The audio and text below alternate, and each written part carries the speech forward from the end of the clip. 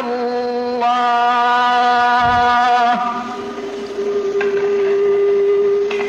الحمد لله رب العالمين.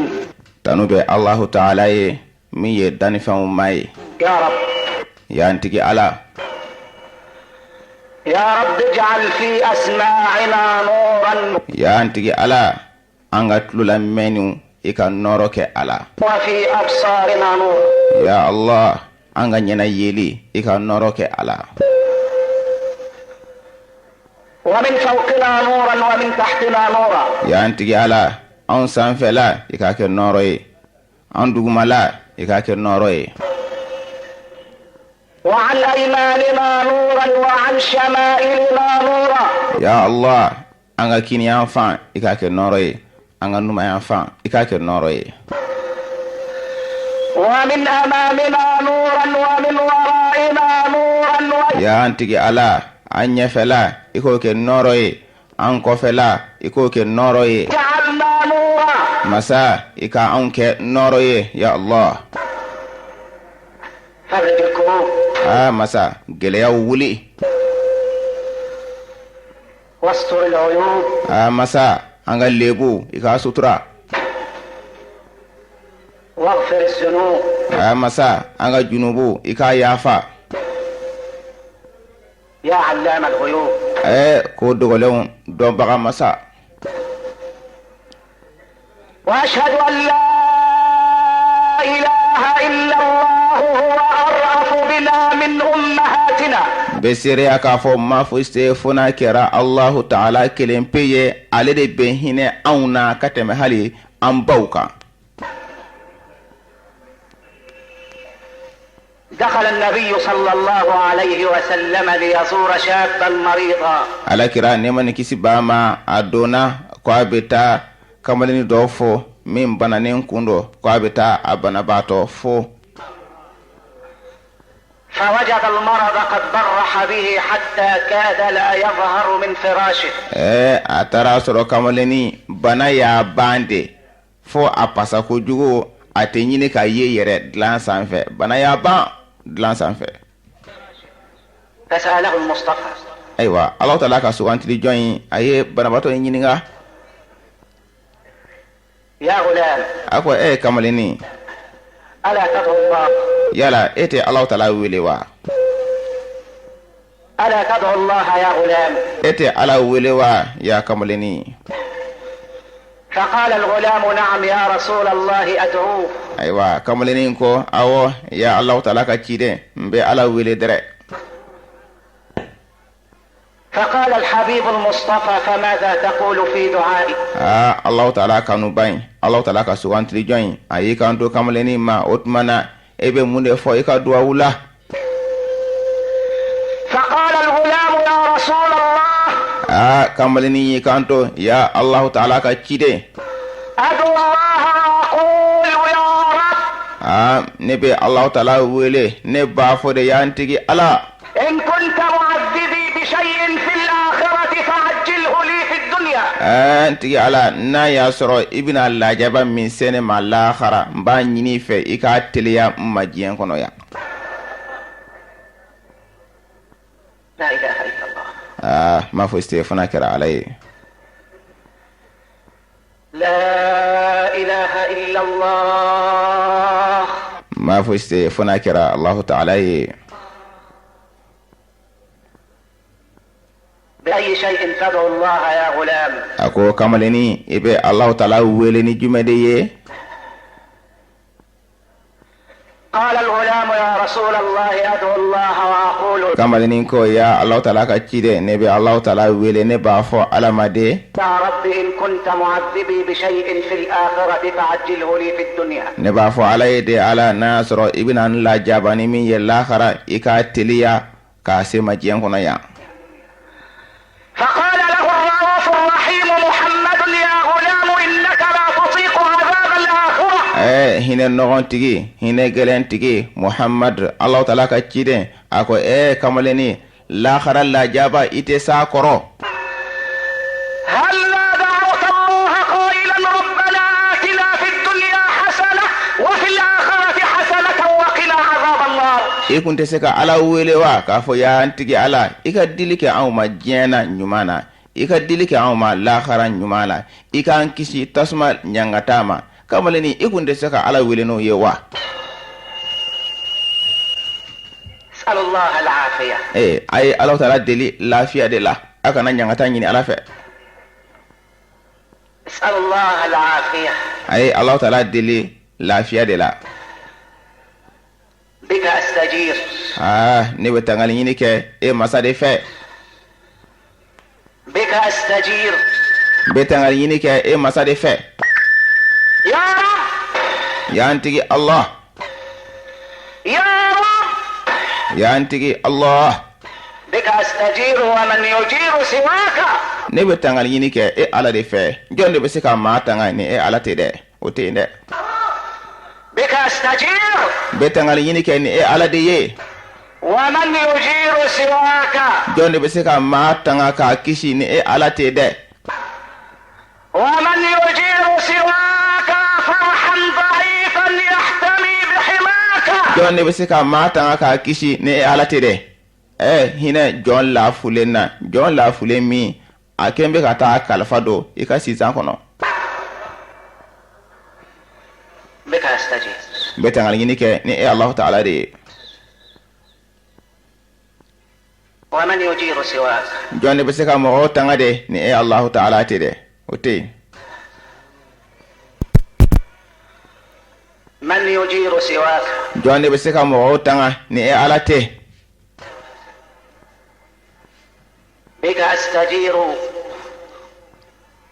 ومن يجير سواك n bɛ tangali ɲini ni e alahu taala de ye jɔn de bɛ se ka maa tanga ka maa kisi ni e alahu taala tɛ فرحا ضعيفا يحتمي بحماك hinɛ i ka jɔn laafulen na min taara kalifa don i ka sinzan kɔnɔ ارحم ضعيفا يحتمي بحماك masa hinɛ i ka jɔn laafulen na min taara kalifa don i ka sinzan kɔnɔ يا رب y'an tigi allah يا رب قد أذنبت n tigi ala n'i kota n ye junubu kɛ dɛ يا رب قد أذنبت فرحا زلتي y'an tigi ala ne ye junubu kɛ n'i kota n ka fili ani n ka cɛnɛ hinɛ na o la أنت المجيب masa e de ye duwawu jaabi masa ye أنت المجيب لكل من ناداك e de ye duwawu jaabi masa ye maa o maa mana i wele e de b'o tigi jaabi وأشهد أن سيدنا ونبينا وعظيما n bɛ seereya k'a fɔ an ka kuntigi an'an ka nabi ɲuman an'an ka belebele وحبيبنا محمد رسول الله ani an kanuba n'o ye muhamadu ye allahu taala ka ciden do علم أننا في هذه الدنيا ضيف غرباء مسافرون a y'a dɔn k'a fɔ nin diɲɛ in kɔnɔ anw ye dunanw de ye anw ye tungamangew de ye anw ye dugutagalaw de ye ضيف an ye dunan de ye أنت في هذه الدنيا ضيف غريب مسافر nin diɲɛ in kɔnɔ e ye dunan de ye koyi e ye tungamange de ye e ye dugutagala de ye فهل تأدبت مع الله في ضيافتك yala i ye jogo ɲumanya ta ka fara allahu taala kan wa i ka dunaya in kɔnɔ وهل أمرت القبر لغربتك yala i ye kaburuso jɔ wa i ka tungamangeya kɔsɔ wa وهل أعددت الزاد لسفرك yala i ye sira fana labɛn wa i ka dugutaga in ye أنت في هذه الدنيا يا ابن آدم ضيف adamaden nin diɲɛ in kɔnɔ i ye dunan de ye غريب i ye tungamange de ye مسافر i ye dugutagala de ye أنت في هذه الدنيا ضيف adamaden nin diɲɛ in kɔnɔ e ye dunan de ye غريب tungamange de ye مسافر i ye dugutagala de ye من أراد مؤنسا فالله يكفيه. ni maa min ye ɲɛnɛjɛ ɲɔgɔn ɲini Allahu taala b'o tigi wasa dɛ. ومن أراد حجة فالقرآن يكفيه. ni maa min ni ye daluya ɲini Qur'ana b'o tigi wasa dɛ. ومن أراد الغنى فالقناعة تكفيه. ni maa min ye banaya laɲini i ka dɔn k'a fɔ kari ni wasa o b'i wasa dɛ. ومن أراد واعظا فالموت يكفيه. ni maa min ye wajulikɛla laɲini saya bɛ o tigi wasa wajulikɛla ye. ومن لم يكفيه شيء من هذا فإن النار تكفيه. maa min ni nin si ma i wasa tasuma bɛ o tigi wasa.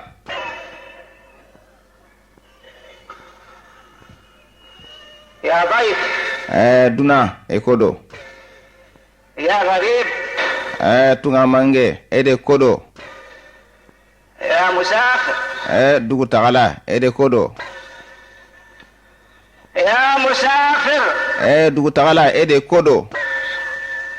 هل أعددت الزاد لليلة صبحها يوم القيامة؟ yala ite sirafana labɛn su dɔ ye wa su min n'o dugusɛ jɛra o bɛ kɛ alikiyama jɔdon ye ite o su in ɲɛsigi. يا مسكين. miskina. يا ضيف. duna.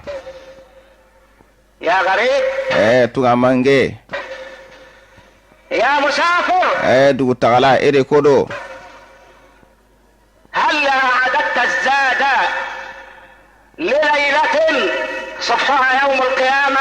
yala ite sirafana labɛn su ye wa su min ni o dugusɛ jɛra o bɛ kɛ alikiyama jɔdon ye ito ɲɛsigi ba. سيدي. an kuntigi. أبا القاسم يا رسول الله. alqasim fa ya Allahu taala ka ciden. أشهد أنك بلغت الرسالة. ne bɛ seereya k'a fɔ cikan min dir'i ma i y'a lase. وأديت الأمانة. danaya min dir'i ma i y'a di. ومحوت الظلمة. dibi min bɛ yen i y'a jɔsi ka bɔ yen kafiriya dibi. وكشفت الأمة. kamanagwan min bɛ yen n'o ye kodɔnbaliya kamanagwan ye i y'o wuli ka bɔ yen. وجاهدت في الله حق جهاده. bɛ seereya k'a fɔ i ye jihadi kɛ Allahu taala ka diinɛ dɛmɛli la jihadi hakɛ yɛrɛ yɛrɛ la i y'o kɛ dɛ. صلوا عليك الروح يا علم الهدى. Allahu taala ka nɛɛma ni kisi Allahu taala ko jidi e kan kanda drapeau kanda jɔnjɔn kanda taamasiyɛn ala ka nɛɛma ni kisi jidi i kan. ما هبت النسائم. maadama ni sɔgɔmada fiɲɛ sumasumalenw ni o bɛ to ka wuli masa in ka nɛɛma k'i kan dɛ.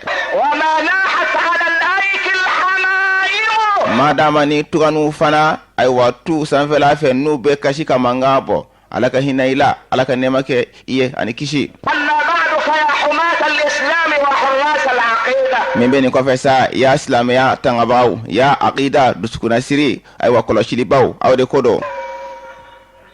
كلما أظلمت جنبات الحياة. kuma o kuma ni ɲɛnɛmaya kɛrɛw n'a dibiyara.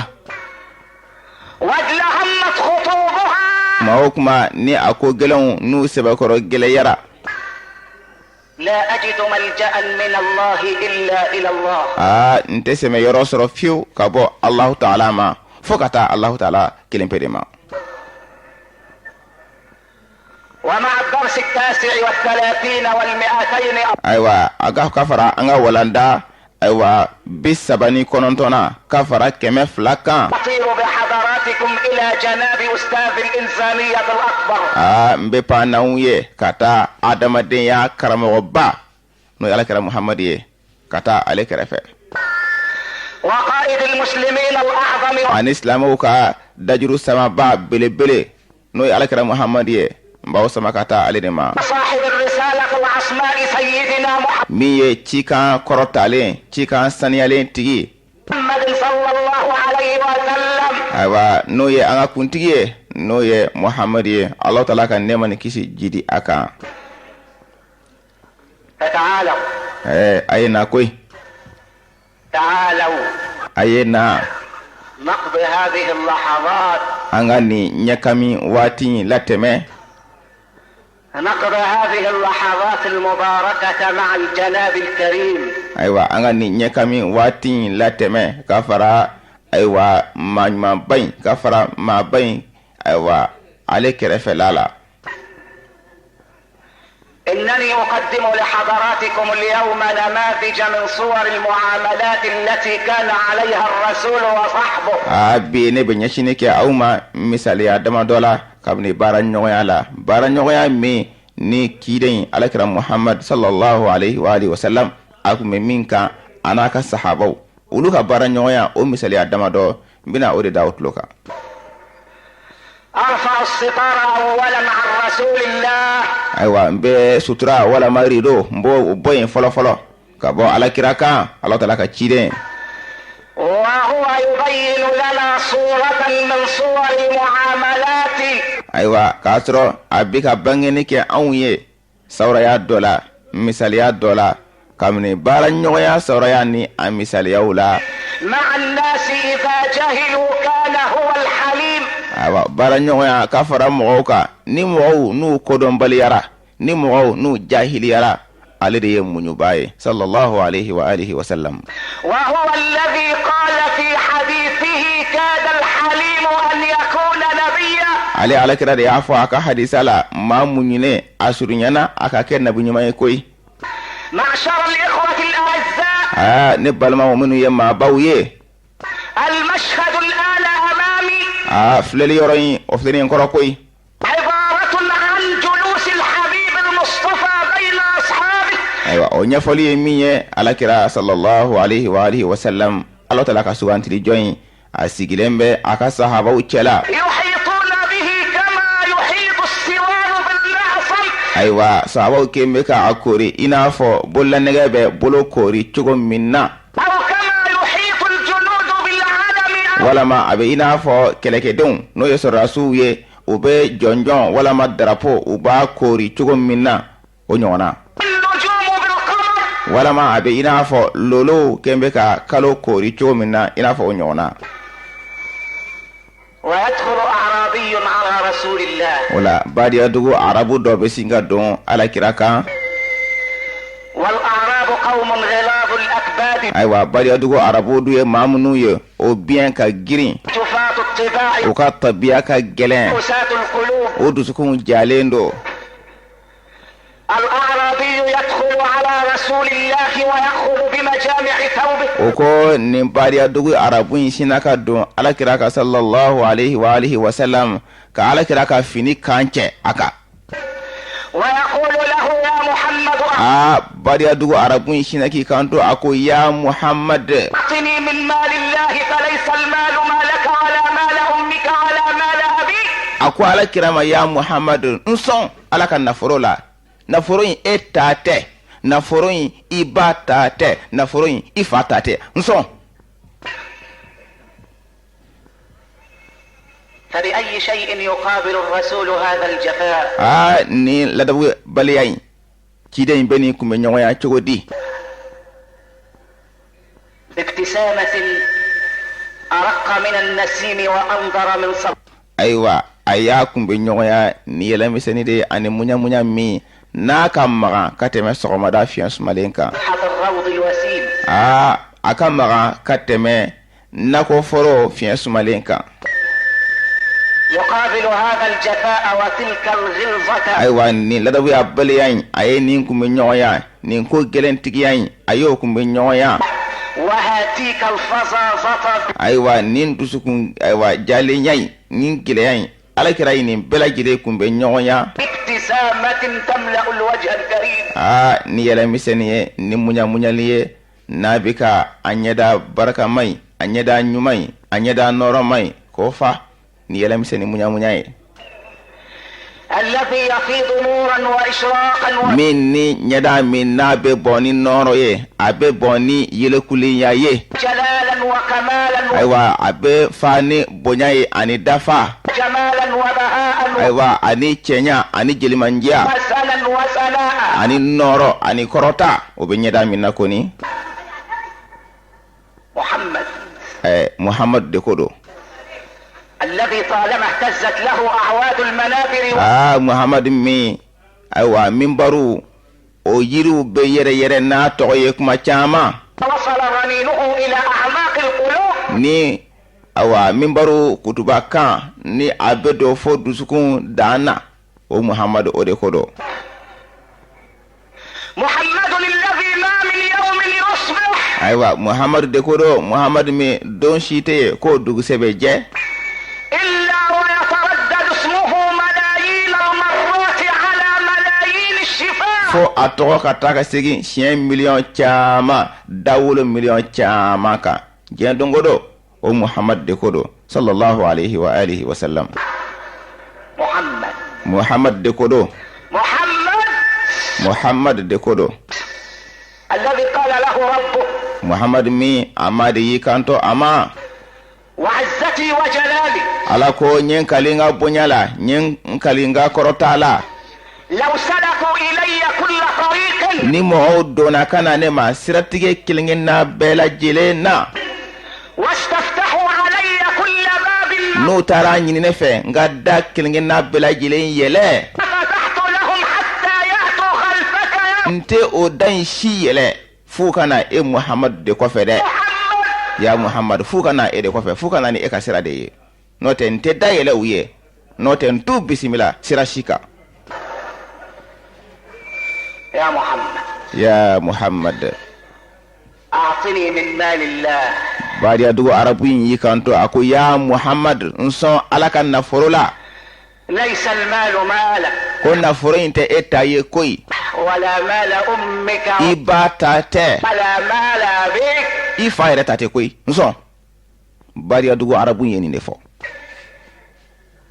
وتطول طائرة الصحابة sahaba umurtira sahaba dusuka chira ويشير الرسول إليهم أن اجلسوا ala kira e korele katauma ko ayaw sigi ayata nona ويعطي الرسول أعرابي ما شاء الله من المال otmana ala kira nema nikisi bama aye sonike badi adugo arabu yi na forola femana alaja ayaso ويسأل الأعرابي بعد ذلك وكفى على كرا صلى الله عليه وآله وسلم أي بادي أدوغو عربي نينغا أيوا أصوني كفى هل أحسنت يا أعرابي أكو بادي أدوغو عربو نينيو مانكي ساوا نيسون نينيو مانكي وا فيقول له أعرابي يا محمد أيوا بادي أدوغو عربي يكانتو أما أكو يا محمد ما أحسنت إما نيو مانكي ما أجملت إما كونيو مانكي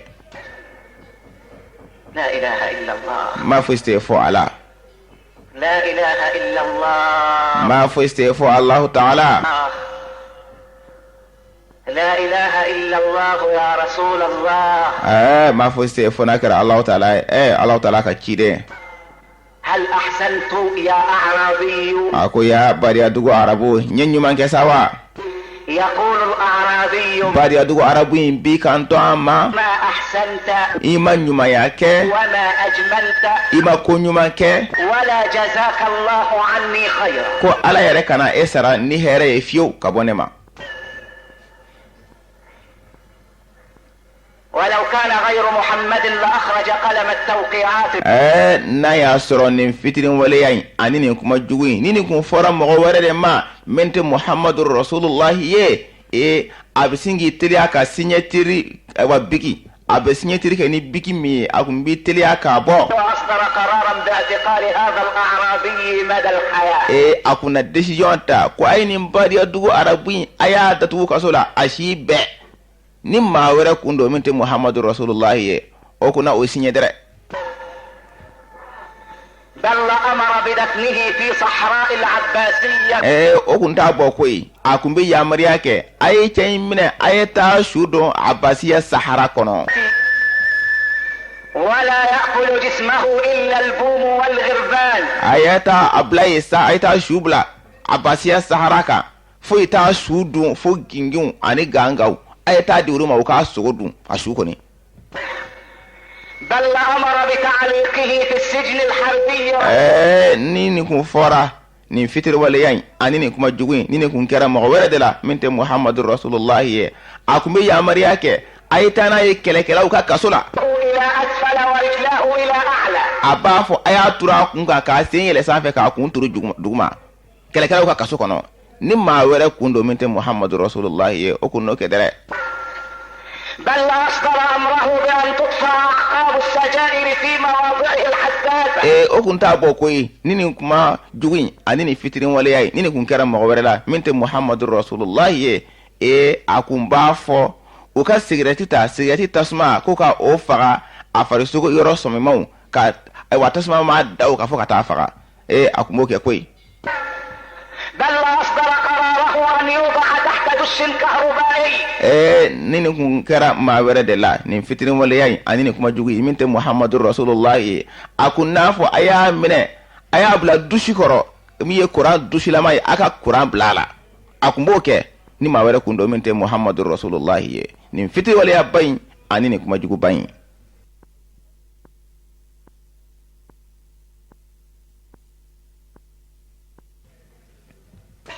بل أمر أن يطرح على بطنه ويوضع المنفاخ فيه o kun t'a bɔ koyi nin kuma jugu in ani nin fitirin waleya ba in ni nin kun kɛra maa wɛrɛ la min tɛ muhamadu rasulullah ye a kun b'a fɔ a y'a minɛ aw k'a biri ka fiyɛlikɛla ta a kama k'a fiyɛ. a y'a fiyɛ i n'a fɔ bagan bɛ fiyɛ cogo min na n'a kan tigɛra k'a biri k'a fiyɛ a kun b'o fɔ koyi. nga a ka don k'a fɔ bagan a kan tigɛlen kɔfɛ n'u y'a fiyɛ a t'a sɔmi sɔrɔ a tɛ bɔ a kalama. nga ni adamaden a kun na fiyɛ dɛ a ɲɛnɛma k'a biri k'a fiyɛ kɔni ni nin kun fɔra maa wɛrɛ ma nin fitirin waleya in ani nin kuma jugu in n'a kun fɔra maa wɛrɛ ma min tɛ muhamadu rasulullah ye sallallahu alaihi wa alihi wa sallam. ayi nga ayi o tɛ kɛ. لسنا أمام جبار عنيد. an tɛ maa kana gɛlɛn ɲɛkɔrɔ koyi maa ko gɛlɛntigi an t'o ɲɛkɔrɔ koyi. لسنا أمام طاغية. maa yaadalen dan tɛmɛnen maa dan sagoba an tɛ o ɲɛfɛ koyi. لسنا أمام جحود. fitini wale maa nankarilen an tɛ o ɲɛkɔrɔ koyi. إننا نحن أمام الرحمة المهداة والنعمة المزداة. anw bɛ hinɛ min ni Allahu Taala ye o ni dannifɛnw la an b'o de ɲɛkɔrɔ nɛɛma min n'o dira dannifɛnw ma an bɛ o de kɔrɔ koyi. إننا أمام رسول الله. Allahu Taala ka ciden an bɛ o de ɲɛkɔrɔ koyi mɔgɔ min bɛ nin kojugu ninnu kɛ mɔgɔ la ka maa ɲanga ta o tɛ ale ye. سيدي. ne kuntigi. أبا الزهراء. Fatumatu Zahara fa. أبا الزهراء. Zahara fa de kodo. أبا الزهراء قد جاوزت قدري بمسجد. Zahara fa ne nga joro nyo teme ikatanuna. بيد أن لي اتصالا. nga tu nyoya bene de mo wi itanu minu kafsane. أبا الزهراء. Zahara fa de kodo. يا من له الأخلاق ما تهوى العلا منها. mami jogo de biye jogo bawo jogo mi korota yɛrɛ bɛ jogo minnu kanu korota bɛ jogo minnu kanu o de b'i la. وما يتعشق الكبراء. maa baw bɛ jogo min kanu ka fo ka jarabi a la o de b'i la ya Zahara fa. زانتك في الخلق العظيم شمائل يبرى بهن. i ka nin jogo ba in na taasiraw de kɛra i la min yi i ma siri taasira min ayiwa mɔgɔw bɛ nɛgɛ de k'a jira u la. maa baw jogo ɲumantigiw bɛ jogo minnu kanu fo ka jarabi a la o de b'i la o de y'i masiri ya Zahara fa. Zahara fa ko do. ya ne kuntigi ya Allahu Taala ka ciden. mun de kɛ sa. ne mun jogo ye. تحسن ويقابل إحسانك بالجحود. i bɛ ɲumanya kɛ nka o b'i ka ɲumanya kunbɛn ni fitiri waleya ye. أحسنت يا أعرابي. a ko n ye ɲuman kɛ wa ya badiya dugu arabu. لا. a ko ayi k'i ma ɲuman kɛ. ما أحسنت. i ma ɲuman kɛ. وما أجمل. i ma ko ɲuman kɛ. ويزيد الطين ذلة فيقول. ayiwa bɔgɔ kɛnɛ a b'o tɔ ɲigin ka taa fɛ ka sɔrɔ k'a fɔ. ألا جزاك الله عني خيرا. ala yɛrɛ kana e sara fiyewu ni hɛrɛ ye ka bɔ ne ma.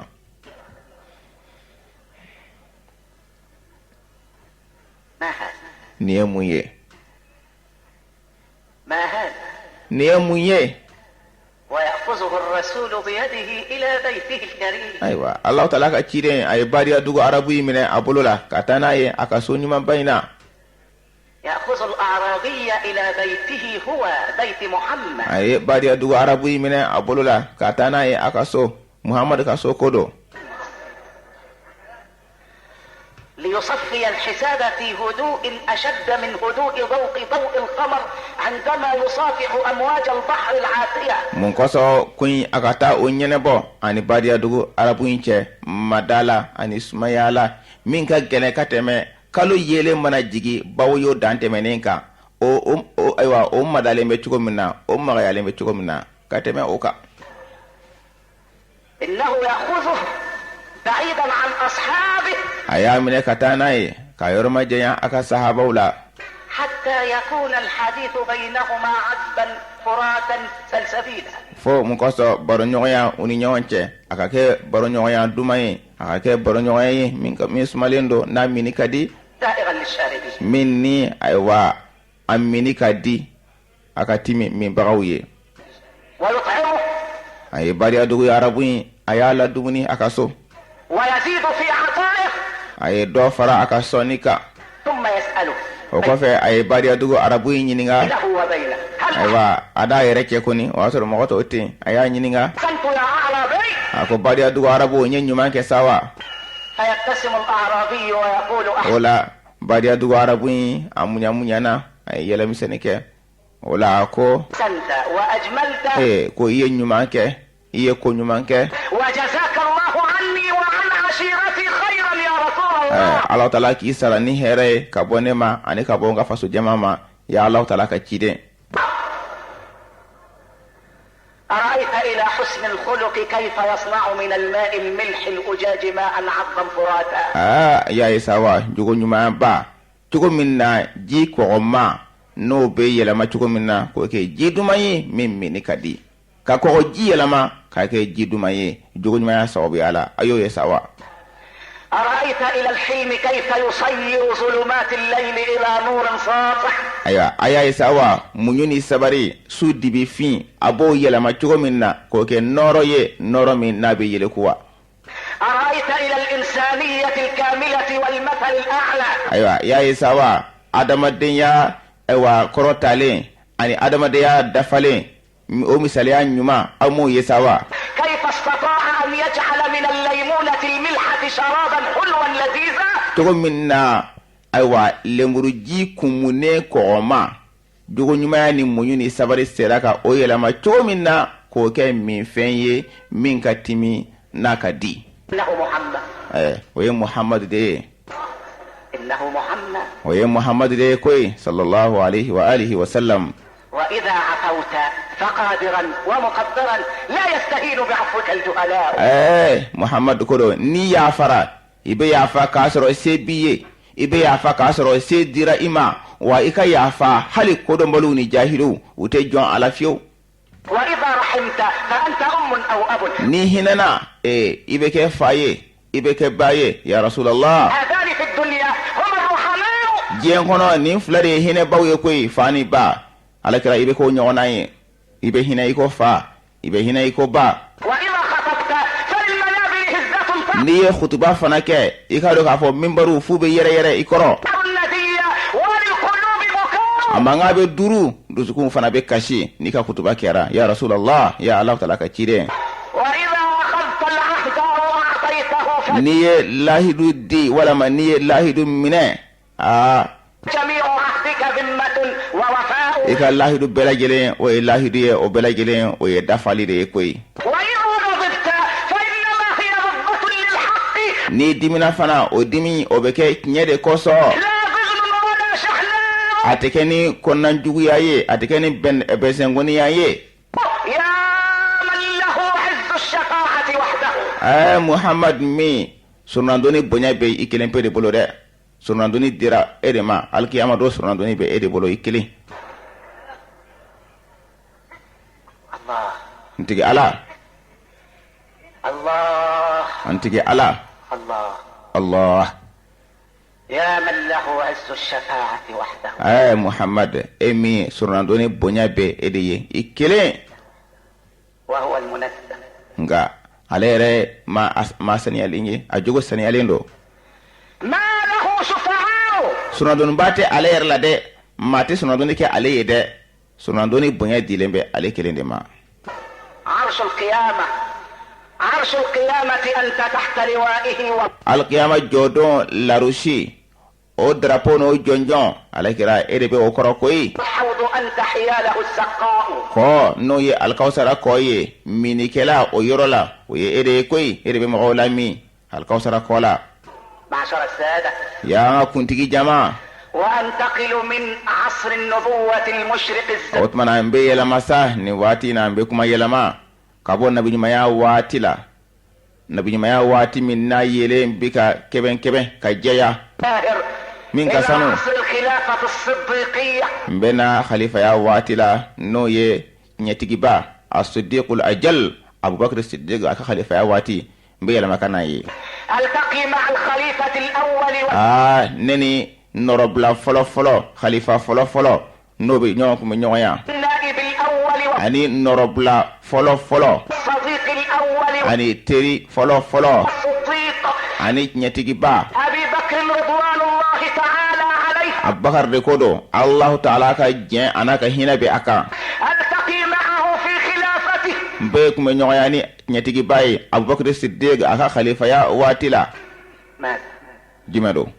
كان عمر بن الخطاب يعمل وزير عدل أيام الخليفة الصديق. sayidina umar ibn al-khattab ale kun kɛra, ale kun ye ladiriya minisiri ye, ayiwa abubakar siddiq a ka khalifaya waati la. justice n'o ye ladiriya ye o minisiri kun ye sayidina umar ye ibn al-khattab abubakar ka khalifaya waati la.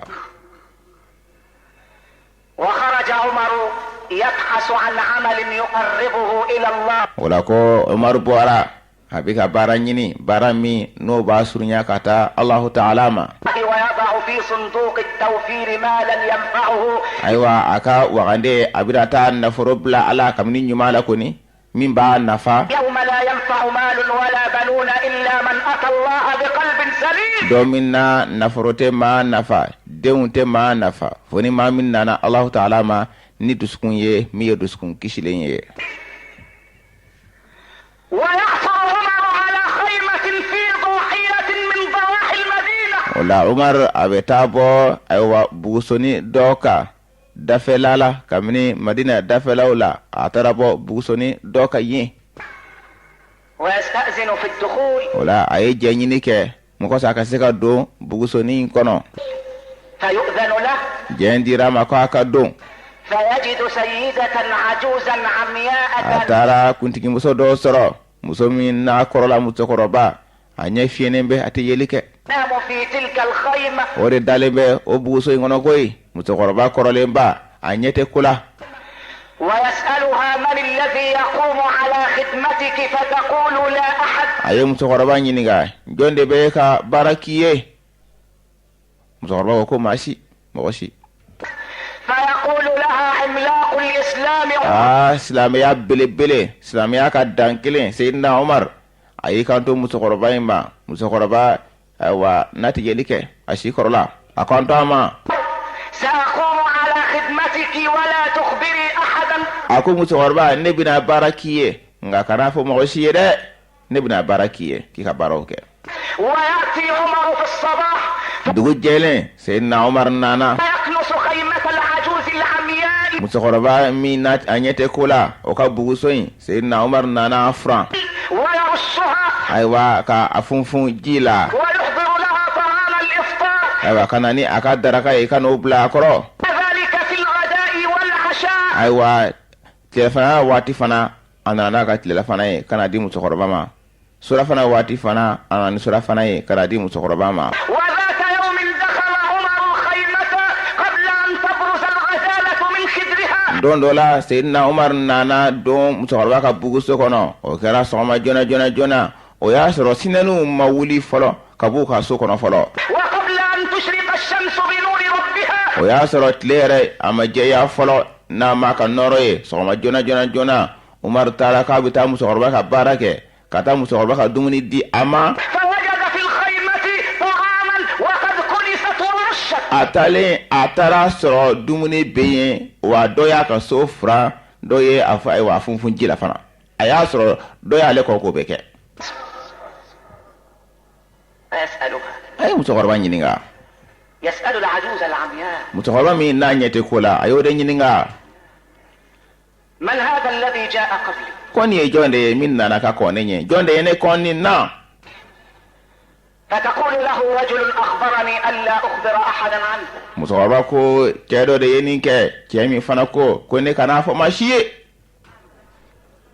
فيخرج عمر مختبئا وراء الصخرة حتى o la Umar fana bɔra ka taa i dogo fara dɔ kɔfɛ. يرى من الذي سيأتي وقت الغداء. mun kosɔn a k'a ye tilelafana waati jɔn de bɛna n'a ka dumuni ye a bɛ fɛ k'a dɔn mɔgɔ min y'ale kɔ nin baara ɲuman in na. ليعد لها غداءها. min bɛna a ka tilelafana labɛn a ye kɔni. ويختبئ عمر وإذا بالخارج من خيمتها من. ko Umar taara dogo fara kɔfɛ ka jateminɛ kɛ dɔ de sinna ka na ka bɔ min bɔra musokɔrɔba ka buguso kɔnɔ a b'a dɔn o ye mɔgɔ min ye wa. أبو بكر الصديق. o ye Abubakar Siddiq de ye radiyallahu anhu. الخليفة. khalifa yɛrɛ kɔni. الخليفة. khalifa yɛrɛ kɔni. لا إله إلا الله. ma fosi tɛ fana kɛra Ala ye. أهؤلاء كانوا بشرا؟ ninnu kun ye adamadenw de ye wa. إن قلت إنهم بشر فأنت صادق. n'i ko adamadenw do i ye tiɲɛ fɔ. وإن قلت ليسوا بشرا فأنت صادق. n'i ko adamadenw fana kun tɛ i ye tiɲɛ fɔ koyi. بأنهم كانوا بشرا لكن لا كالبشر. sabula adamadenw kun do nka u ni adamadenw tɔw kun tɛ kelen ye. مجتمع لم يربيه الطغاة في هيئة التحرير. ni adamadenya ka sigida de ye sigida mɔgɔ minnu bɛ yen maa y'a dalenw ma olu lamɔ dɛ k'u bila ayiwa k'u la susu k'u bila kow la olu ma lamɔ o cogoya la dɛ. ولا الاتحاد القومي. a ka dɔn k'a fɔ union national mɔgɔw o ma ninnu lamɔ dɛ. ولا الاتحاد الاشراكي. communisiw ka tɔnw o ma ninnu lamɔ dɛ. ولا في احزاب ولدت عقيمة.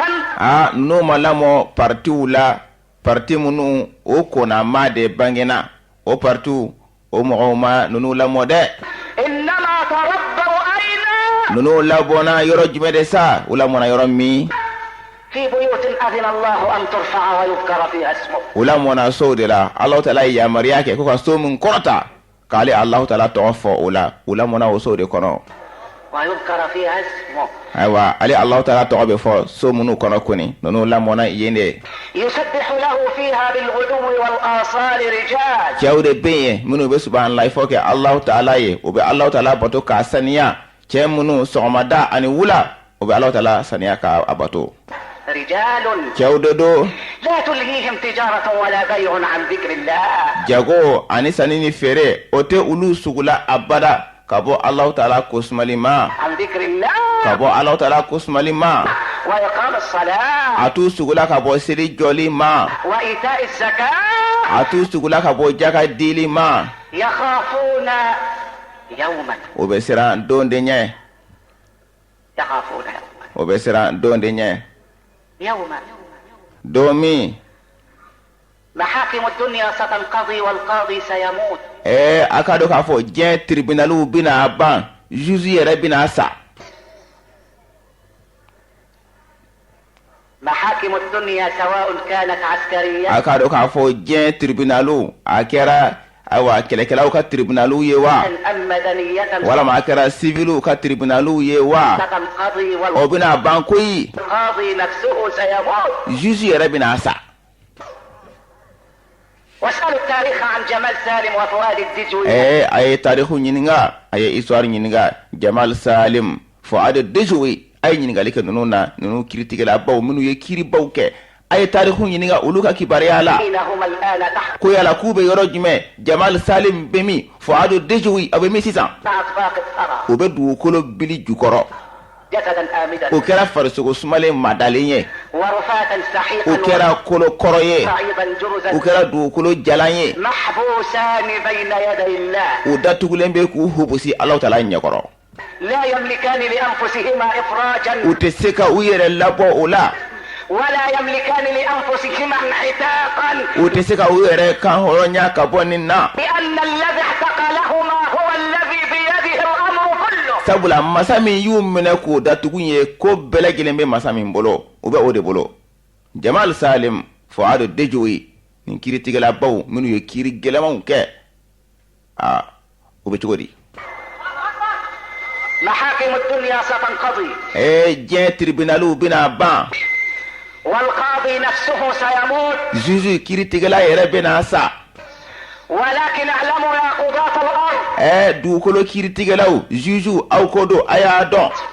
اعلموا أن النبي محمد صلى الله عليه وسلم يقول a y'a dɔn k'a fɔ nabi ɲuman Muhammad Alahu Taala ka nɛɛma ni kisi jidi a kan, Alakira y'a fɔ, من أعان على قتل مسلم ni maa min ye dɛmɛ kɛ ka silamɛ dɔ faga, ولو بشطر كلمة hali n'a kɛra kuma kelen tilancɛ de ye, dakuruɲɛ kelen tilancɛ, ni maa min y'o fɔ ka se ka mɔgɔw dɛmɛ ka silamɛ dɔ faga, أي بنصف o كلمة kɔrɔ ye kuma yɛrɛ tilancɛ de ko don, ko ye dakuruɲɛ tilancɛ, ni maa min y'o fɔ ka se ka dɔ lase saya ma, جاء يوم القيامة a tigi bɛ na alikiyama jɔ don, مكتوبا بين عينيه آيس من رحمة الله. a bɛ sɛbɛn a ɲɛ fila ni ɲɔgɔn cɛ, a ɲɛ ni ɲɔgɔn cɛ k'a sɛbɛn ko nin ye maa jigi tigɛlen de ye ka bɔ Alahu Taala ka hinɛ la. اعلموا يا قضاة الدنيا diɲɛ kiiritigɛlaw a y'a dɔn, اعلموا a y'a dɔn koyi diɲɛ kiiritigɛlaw, diɲɛ jugew,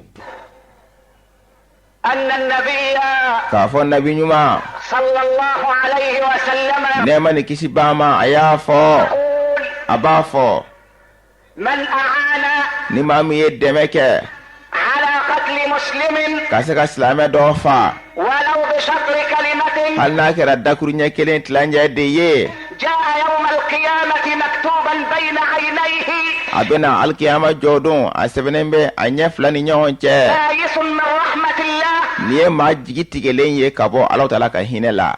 والحياة لا تدوم أبدا وغدا يا قضاة الدنيا a ستحق. k'a dɔn k'a fɔ ɲɛnɛmaya in o tɛna ban koyi nin cogoya la, a bɛ tɛmɛ n'a ye de, nka a k'a dɔn k'a fɔ ya dugukolo kiiritigɛlaw, dugukolo jugew, a y'a dɔn تسألون على المعاش don dɔ la a bɛ taa retraite la koyi, تجلسون في مقهى المعاشات في لا زغل a bɛ taa retraite la dɔgɔli kaburu don kɔnɔ, ولا تجدون من يقرئكم السلام. hali aw tɛ maa sɔrɔ ayiwa la dɔgɔli kaburu don kɔnɔ mɔgɔ min bɛ taa foli bila aw la, لن ينفعكم ملك masakɛ tɛ aw nafa k'aw to la dɔgɔli kaburu don kɔnɔ, ولن ينفعكم حاكم kiiritigɛla tɛ aw nafa ye. ولقد جئتمونا فرادا كما خلقناكم أول مرة. masa y'o de fɔ, aw bɛ na anw ma kelen kelen de ye koyi, i n'a fɔ an y'aw da siɲɛ fɔlɔ cogo min na, a kelen kelen bɛ na de koyi kaburu don na kɔni.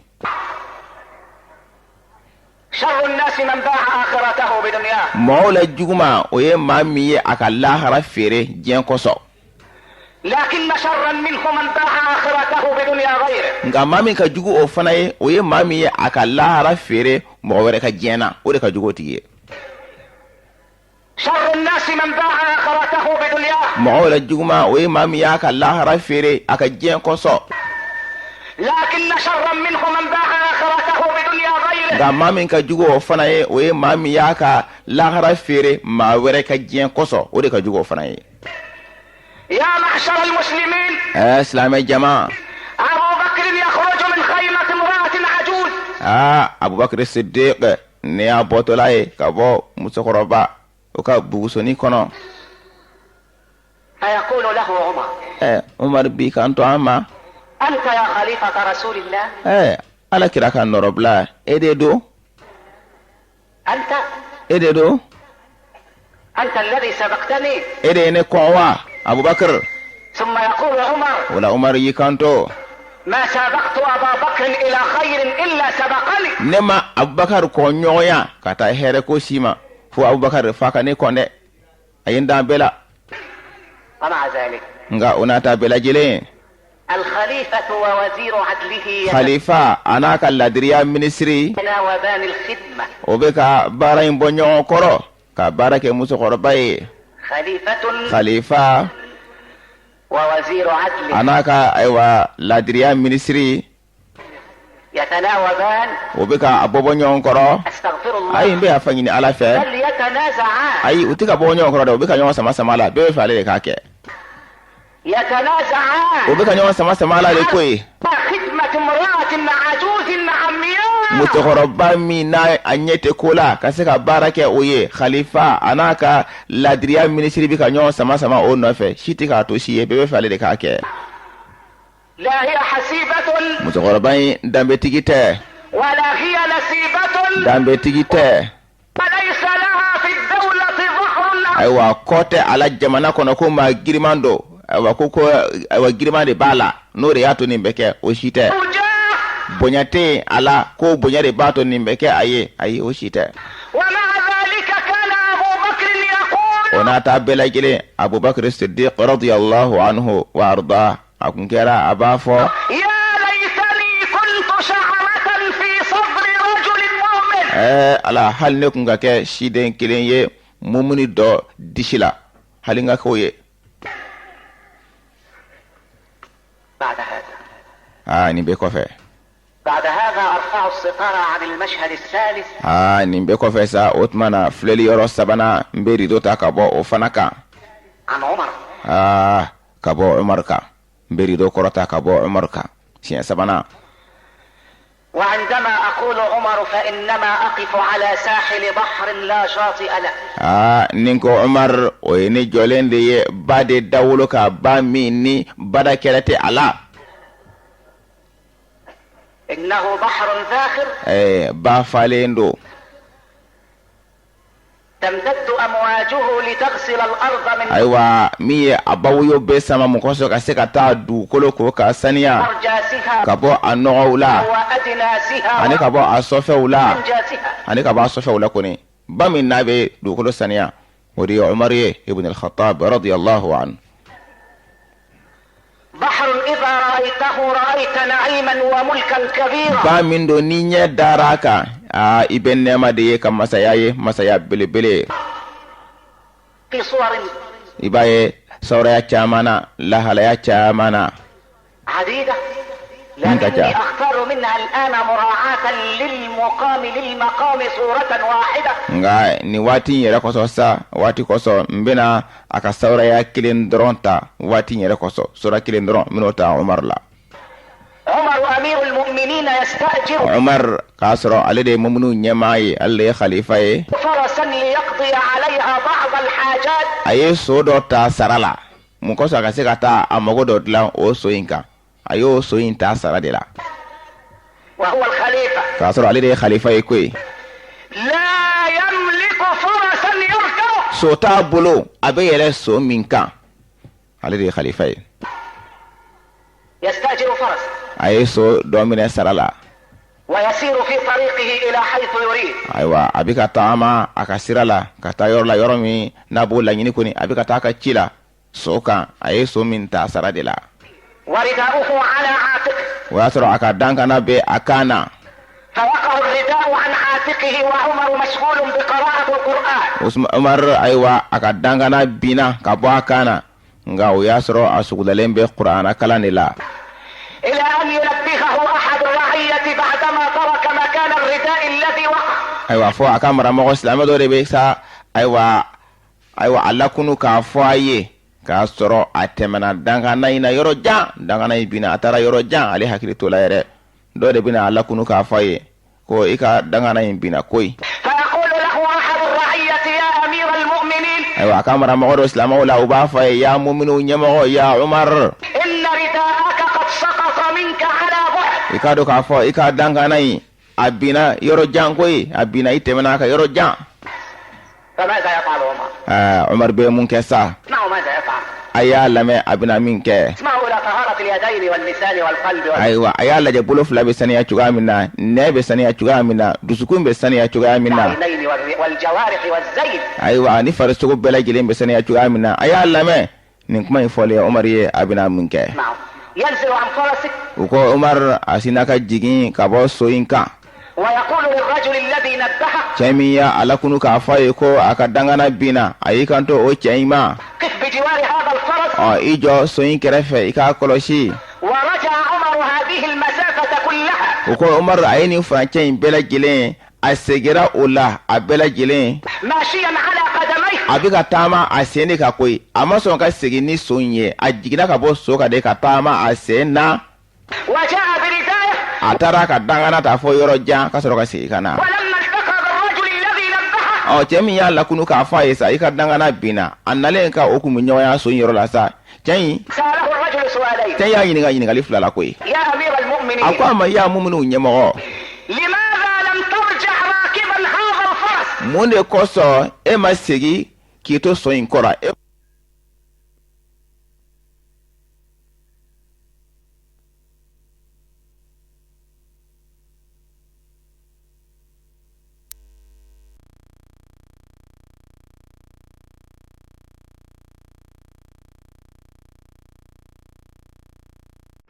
بداية ولما التقى بالرجل الذي نبهه سأله الرجل سؤالين tuma min na n'a ni cɛ ye ɲɔgɔn kunbɛn cɛ min y'a kunu k'a fɔ a ye i ka dangana binna ayiwa cɛ in y'a ɲininka ɲininkali fila la لماذا لم ترجع راكبا هذا الفرس a ko a ma i y'a mumunu ɲɛmɔgɔ mun de kosɔn i ma segin k'i to so in kɔrɔ e ma sɔn ka segin ni so in ye fɔ e ye so jɔ ka segin i sen na i y'o de kɛ mun na i y'o kɛ mun na i y'a mumunu ɲɛmɔgɔ ولماذا رجعت ماشيا mun de kosɔn i segira k'i to i sen na فقال له عمر لأن هذا الفرس ليس فرسي Umar y'i kan to a ma a ko sabula nin so in ne ka so tɛ وأنا لم أتفق مع صاحبه في عقد الإجارة a ko ne ni sotigi ma bɛn n kɛtɔ la ka so in minɛ a la sara la an ma bɛn o waati la إن سقط ردائي أن أرجع عليه راكبا an ma bɛn a kan k'a fɔ ni n ka dangana binna ko n bɛ segin ka n to a kɔrɔ sabula ne ni sotigi ma bɛn o kan o de kosɔn ne ma sɔn ka segin ni so ye n segira n sen na لا إله إلا الله ma fo se fana kɛra ala ye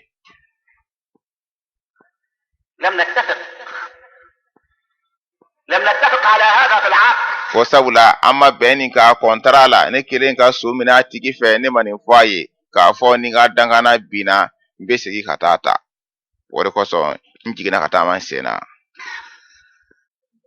لم نتفق ko an ma bɛn a kan فخشيت أن أخون الأمانة o tuma na ne siranna n ka na danaya janfa أمانة danaya بالرجوع على الفرس sabula ni n segira so in kan لأنه لم يتفق مع صاحبه على أن يرجع راكبا إذا سقط منه شيء sabula ani sotigi ma bɛn a kan n'a ka fɛn min buruna ko a bɛ sigi k'a to so kɔrɔ ka taa o ta ko a ni sotigi ma bɛn o kan فسأله الرجل السؤال الثانية o la cɛ in y'a ɲininka ɲininkali filanan la ولماذا لم تأمرني أنا حتى آتيك بالرداء a ko a ma o tuma na mun de kosɔn i ma ne fana yamaruya ne ka taa i ka dangana in ta ka n'a di ma وتظل أنت راكبا فرسك في مكانك o la i bɛ to i ka so in kɔrɔ k'i to nin yɔrɔ la ne ka taa dangana ta ka n'a di ma mun de kosɔn i ma ne bila o fana na فيقول له عمر وهل لي ولاية عليك حتى Umar y'i kan to a ma yala ne ka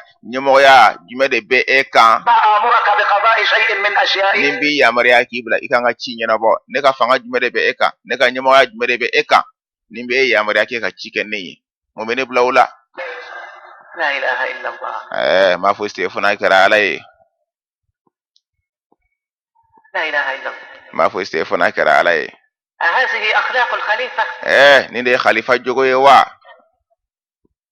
لا يرجع حتى يأتي بالرداء حتى لا يخون أمانة عقد الإجارة ayiwa a tɛ sɔn ka segin k'a to so kɔrɔ mun kosɔn ayiwa a ye so min ta sara la o danaya a kana na o janfa ولا يأمر واحدا من الرعية أن يأتيه بالرداء a ka maramɔgɔ kabini silamɛw la a t'o fana yamaruya o ka taa ka dangana ta ka na d'a ma لأنه لا سلطان له عليه sabula ale ka fanga tɛ o kan ale ka mara wɛrɛ tɛ o cɛ in kan تعال يا عمر Umar na koyi تعال لترى أموال المسلمين Umar na i kana silamɛw ka nafolo lajɛ a bɛ cogo min na تعال لترى ما يستحي إبليس من ذكره Umar na i kana fɛn ye Iblisa bɛ maloya ka sameya fɛn min fɔli la kɔni na i k'o ye dɛ تعال لترى المآسي. عمر ناسا يكنا دوسكاشي كويه.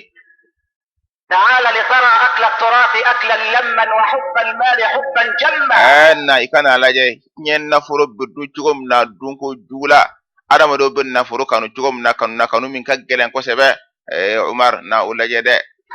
تعال والله يا عمر. nasa nyen kali Allah ta'ala la ya Umar. أنا لا أجد ما أعبر به عنك. fentine bulo mbe femi nyefo ikakola ya Umar. لا أجد ما أعبر به عنك. nte fensoro mbe femi binye folike ni minye ikakola ya Umar. فجناني عاجز. ndusukun desele ndo. ولساني كال. ndengu fana desera. وبلاني محطم. aywa ne bulongoni fana jora o fana desera. والبيان يخجل. ne ka kuma don fana malo yara o sami yara. البيان يخجل يا سيد الحكام. ne ka kuma don o be malo ya kiritigala o kuntigi Umar. يا عمر. ya Umar. يا عمر إن هذا الفارسي. farisi kamin flaniye. الذي رآك تنام. farisi kamin Umar ye ibe sunola. أين؟ ikume sunola yoro jumede. في أي برج عاجي كنت تنام؟ aywa chateau jumede kumbe ni o chateau samanyilama ni kumbika suna olade ya Umar o kunte. في أي برج عاجي كنت تنام يا ابن الخطاب؟ Khattabu den chateau jumede kumbe ni odlalembe samanyila ni kumbiki ida odela o kunte inde. في أي قصر منيف كنت تنام يا ابن الخطاب لما sanga so nyuma daga bana jumede kumbe ni kumbi daka sunogo ola ya Khattabu de kuma minna ni farisi kan ye iye ibeska suna. ذاك الفارسي كان ينام على الأرض في ظل شجرة. ko Umar ka kumbi ka sunogo du ko do jalande ka akumbe yiri do de sumala. ينام على الأرض في الهواء الطلق. abiki da du ko do jalaka fiyan labla lela fiyan la koni. في ظل شجرة. yiri do sumala. واضعا ذراعه الأيمن تحت رأسه. aywa akini nongon kala akeme ko bla kungolo jukoro. لا حراسة. koloshi di kela uteye. لا حراسة. koloshi di kela ukunteye. ولا مشاة. aywa tama bawo munu be tama ka bla fama nye ulu kunteye. ولا مهندسين. ingénieur ukunte munu be ta yoro gitemne foloso ni fama kana ulu kunteye. ولا طيران. aywa pani kelaw ulu fana kunteye. ولا حقول ألغام. aywa mini mugu jugu kata ododo yoro la folo o shi kunteye mugu jugu do yoro kunteye. ولا مقام سريا. yoro dugoma o fana kunteye. إنما رآه ni farisi kan aye Sayyidina Umar yede. فوق الثرى. Umar dalimbe du kolo jalanka. تحت ظل الدوح مشتملا ببردة كاد طول العهد يبليها. ayaye yiri de jukoro o ya soro burda do melikelembe ala burda mi abinyini ka koro wati fe. وعهده بملوك الفرس أن لها صورا من الجند والأحراز يحميها. nga farisi kan ale de laminna ka do ka fo farisi masakew udu koni ka do ka fo koloshi di kelaw de binye awasu rasu de be ka yoro belajile koloshi ale de laminna farisi masakew la oyode koloshi di kela daga banaw koloshi di kelaw aywa ani jitemne kelaw ulu de beshi ukuna nga aye Umar dalin ye yiri jukoro akele moshite. رآه مستغرقا في نومه. aye Sayyidina Umar dalin ye abika suna dafalena yiri jukoro. فرأى فيه الجلالة في أسمى معانيها. aye bonyani korota de ye Sayyidina Umar ye akoro korota lembala bonyani korota ayo de ye Sayyidina Umar kelempe dale yiri jukoro. فقال قولة حق أصبحت مثلا. Ola farisi kan aye nyakuma fode nyakuma min na kerantale ye. وأصبح الجيل بعد الجيل يرويها. yema labana uba lakale ka diri nyoma ni wati mo ba lakale ni wati mo ye o fana ba lakale wati wera mo ye farisi kan ayo kuma fode. أمنت لما أقمت العدل بينهم. farisi kan ko ya hakilati gara kuma minna ni ladiri ajo adama do ni nyoje. Umar iladiri ala de o de y'a to i sunɔgɔra. فنمت نوم قرير العين هانيها. I ladiriyara o de y'a to i sunara ma lafiyalen ma ayiwa ɲɛsumalen o ka suna i y'o de kɛ. I sunɔgɔra i lafiyalen i hakilila tigɛlen sabula i ladiriyara de ya Umar.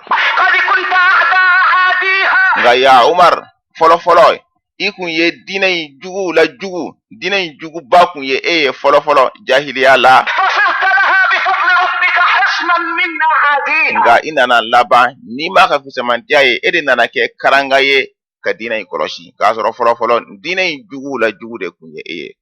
Nka Ala ɲɛna i ma i nana laban ka kɛ diinɛ in ka kɔlɔsiliba ye i nana kɛ sinzan ye ani tangalan ye diinɛ in ye. أين؟ Yɔrɔ jumɛn? خشيت أن أرجع راكبا فأخون عقد الإجارة. A ko de ko ne siranna n kana segin kan to ayiwa so in kan n kana na ayiwa kɔntara danaya k'a tiɲɛ. Nin ye mun ye? إنهم قوم عرفوا الله فعرفهم الله. Ninnu ye mɔgɔw de ye o ye Alahu Taala dɔn Alahu Taala fana y'u dɔn.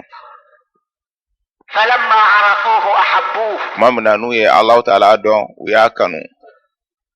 فلما أحبوه أطاعوه. Tuma min na n'u y'a kanu u y'a labato.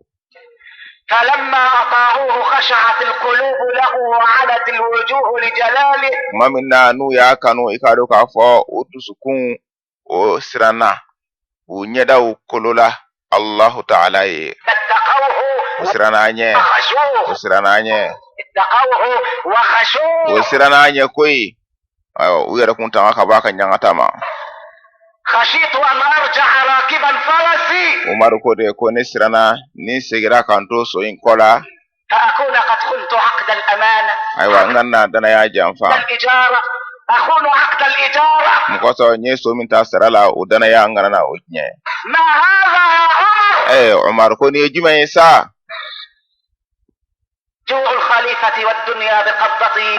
Khalifaya bonya ayiwa o bɛɛ lajɛlen o b'a bolo ale de ye khalifa ye. الزهد منزلة سبحان موليها. Nka o kɛra a bana diɲɛ na sani a bɛ masa ye masa min ye nin bɛɛ lajɛlen di a ma.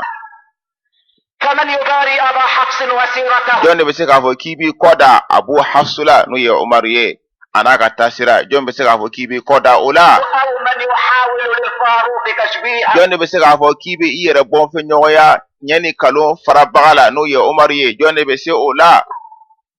يوم اشتهت زوجه الحلوى. Don min na a furumuso ye halwa nege minɛ halwa nege ayiwa o y'a a furumuso minɛ don min na ni dɔw k'a ma bɔnbɔn dɔw k'a ma ko takalankomi.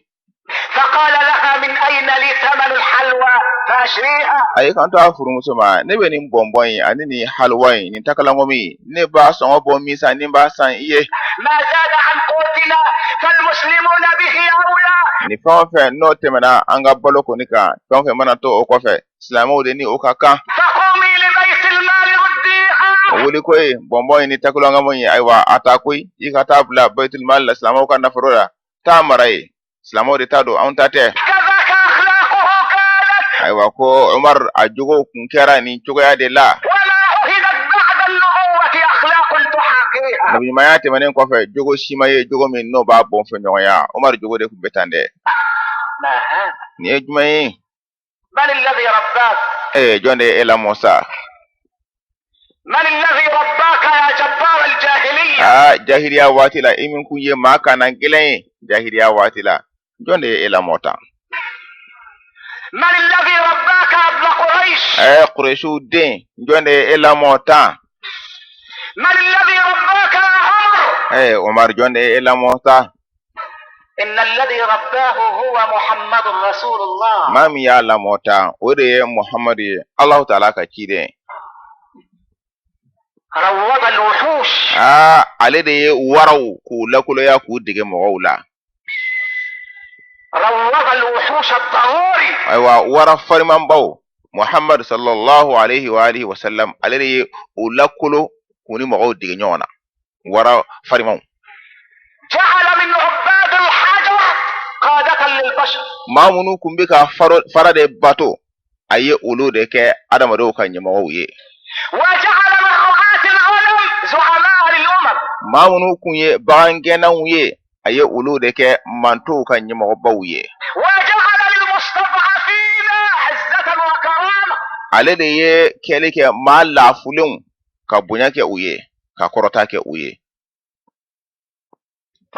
جعل من عباد الحجر قادة للبشر ayiwa maa minnu kun ye farabatulaw ye aye ulu de kɛ farikolotigiw ka ɲɛmɔgɔw ye رب الحجر a ye fara lamɔ dɛ رباه a y'a lamɔ koyi رباه a y'a lamɔ ومن الذي ربى محمدا jɔn de ye muhamadu yɛrɛ lamɔ sa إنه سئل هذا السؤال فقال u ye alakira ɲininka ka bɔ nin ɲininkali ma nka alakira ko أدبني ربي فأحسن تأديبي ne maa de ye n ladabuya a ye n ladabuya kɛ ko ɲɛ سادتي وإخواني yɛrɛ ka kuntigiw ani n balimaw أخشى إن استرسلت في الكلام ayiwa n bɛ siran nin tora kuma la nin cogo la أن تميل الشمس في برجها ayiwa tile kana n'a jɛngɛ k'a to a ka taa sira kan ويضيع الوقت من بين أيدينا waati kana n'a tiɲɛ an bolo nin tora kuma la tan لكن اسمحوا لي أن أتأدب مع الرسول وصحبه o tumana a ye hakɛ to n ye n ka ladabuya ka fara ciden kan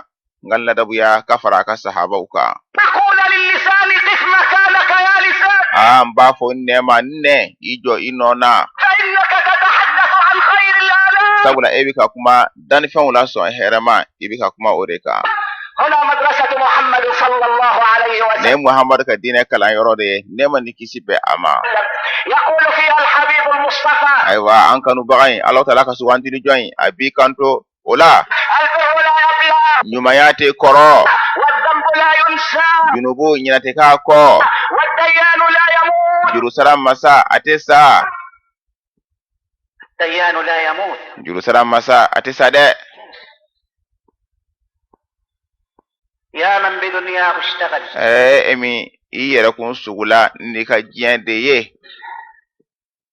وغره طول الأمل nataw la kuntalajan o ye maa min marasa k'a nɛgɛ الموت يأتي بغتة والقبر صندوق العمل saya bɛna cunkan de la koyi wa kaburu o ye nataw wagande de ye nataw caman bɛ kaburu dɔ de kɔnɔ يا قضاة الدنيا diɲɛ juju diɲɛ kiritigɛlaw اتقوا الله في أحكامكم a ye siran Allahu Taala ɲɛ aw ka kiiriw la juju ani kiritigɛlaw لن ينفعكم ملك ولا حاكم masakɛ tɛ aw nafa faama tɛ aw nafa أمام الله.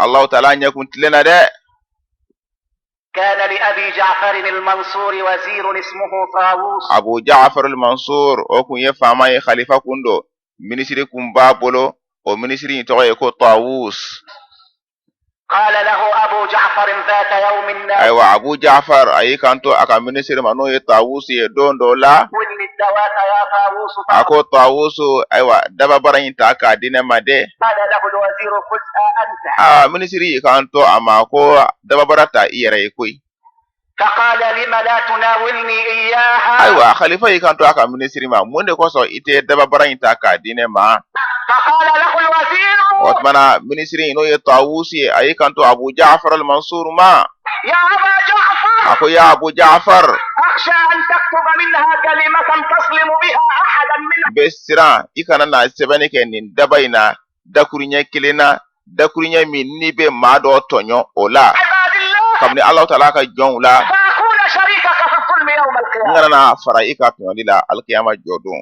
o tumana n bɛ siran o de ɲɛ i kana na hali dakuriɲɛ kelen sɛbɛn nin daba in na n'i bɛ tɔɲɔli kɛ ni o ye n kana na fara i kan o la خذ الدواء تأكل dababara in a ta i yɛrɛ ye يا قضاة الدنيا قبل أن تصدروا الأحكام راقبوا الواحد الديان diɲɛ juju diɲɛ kiiritigɛlaw sɔnna aw ka kiiriw tigɛ k'a bin masa kelen jurusara masa a y'o kɔlɔsi a ka hakili to a la الديان لا يموت n ko jurusara masa a tɛ sa de اعمل ما شئت fɛn min ma n'i diya o kɛ كما تدين تدان i mana juru don cogo min na i bɛ sara ten كما تدين i تدان bɛ juru don cogo min na i bɛ sara ten dɛ ويقول أيضا aba kan do tuguni k'a fɔ كل ابن آدم خطاء adamaden kelen n'a bɛɛ lajɛlen bɛ se ka fili وخير الخطائين التوابون. nka filibaw la sɔn hɛrɛ ma o ye minnu bɛ tuubi ka segin Alahu Taala ma de.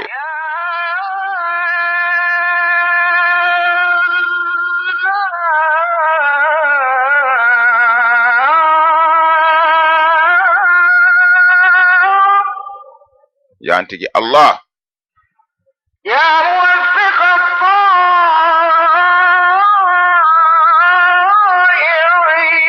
الطائعين masa min e de bɛ batokɛlaw bɛn sababa ma وفقنا لما تحبه وترضاه. an b'a ɲini fɛ i k'an bɛn sababa ma ka ɲɛsin fɛn ma i bɛ fɛn min kanu ani i bɛ jɛn ni fɛn min ye.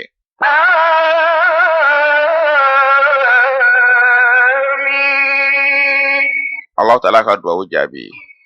الحمد لله رب العالمين. tanu bɛ Allahu Taala ye min ye dannifɛnw ma ye. وأشهد أن لا إله إلا الله ولي الصالحين. Bɛ seereya k'a fɔ maa foyi tɛ fo n'a kɛra Allahu Taala kelen pe ye ale de ye maa ɲumanw dɛmɛbaa ye ale de ye maa ɲumanw sɛmɛyɔrɔ ye. وأشهد أن سيدنا ونبينا Bɛ seereya k'a fɔ an ka kuntigi an'an ka nabi ɲuman وعظيمنا وحبيبنا an'an ka maaba an'an kanubaga محمد رسول الله min ye Muhamadu ye Allahu Taala ka ciden do خاتم الأنبياء والمرسلين. nabi ɲumanw dafabaa do cidenw fana dafabaa do.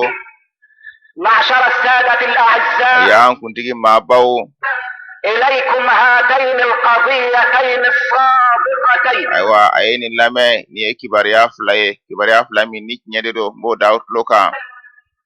القضية الأولى kibariya fɔlɔfɔlɔ min filɛ nin ye ni tiɲɛ do ما نزل بلاء إلا بذنب. i k'a dɔn k'a fɔ balawu si tɛ jigin fo n'a kɛra junubu de sababuya la. والقضية الثانية kibariya filanan in لا يرفع البلاء إلا بتوبة. a k'a dɔn k'a fɔ balawu tɛ kɔrɔta fo n'a kɛra ni tubi ye dɛ. هاتان قضيتان أعيدهما على أسماع سيادتكم nin مرة kibariya fila in bɛ segin nin kan ayiwa a tulo kɔrɔ siɲɛ filanan. أخرى. ما نزل بلاء إلا بذنب ayiwa balawu si tɛ jigin fo n'a kɛra ni junubu sababuya ye. لا يرفع إلا بتوبة. ayiwa balawu fana tɛ kɔrɔta fo n'a kɛra ni tubi de ye. أما كوني حكمت عليهما بالصدق nka ne kelen ka kiiri kɛ nin kibariya fila in kan k'a fɔ tiɲɛ de do. فلأن الأدلة على صدقهما sabula nin kibariya fila in a tiɲɛtigiya yirali o dalilu من كتاب الله. o bɔra Alahu Taala ka kitabu de la. وإذا نطق كتاب الله فلا جدال ni Alahu Taala ka kitabu kumana ko min na ɲɔgɔn sɔsɔ banna ولا كلام ولا kuma wɛrɛ tɛ ye مشاحة. ɲɔgɔn sama tɛ ye tuguni. إذا ما نطق القرآن الكريم ni Kur'ana kumana fɛn min kan o kuma banna ka ban. ما نزل بلاء إلا بذنب. a ko balawu si tɛ jigin fo n'a kɛra junubu dɔ sababuya la. لأن الله تعالى يقول sabula Alahu Taala b'a fɔ ما أصابكم من مصيبة فبما كسبت أيديكم fɛn min mana aw sɔrɔ kabini masiba la o kɛra ni fɛn sababuya de ye aw bolo ye min baara.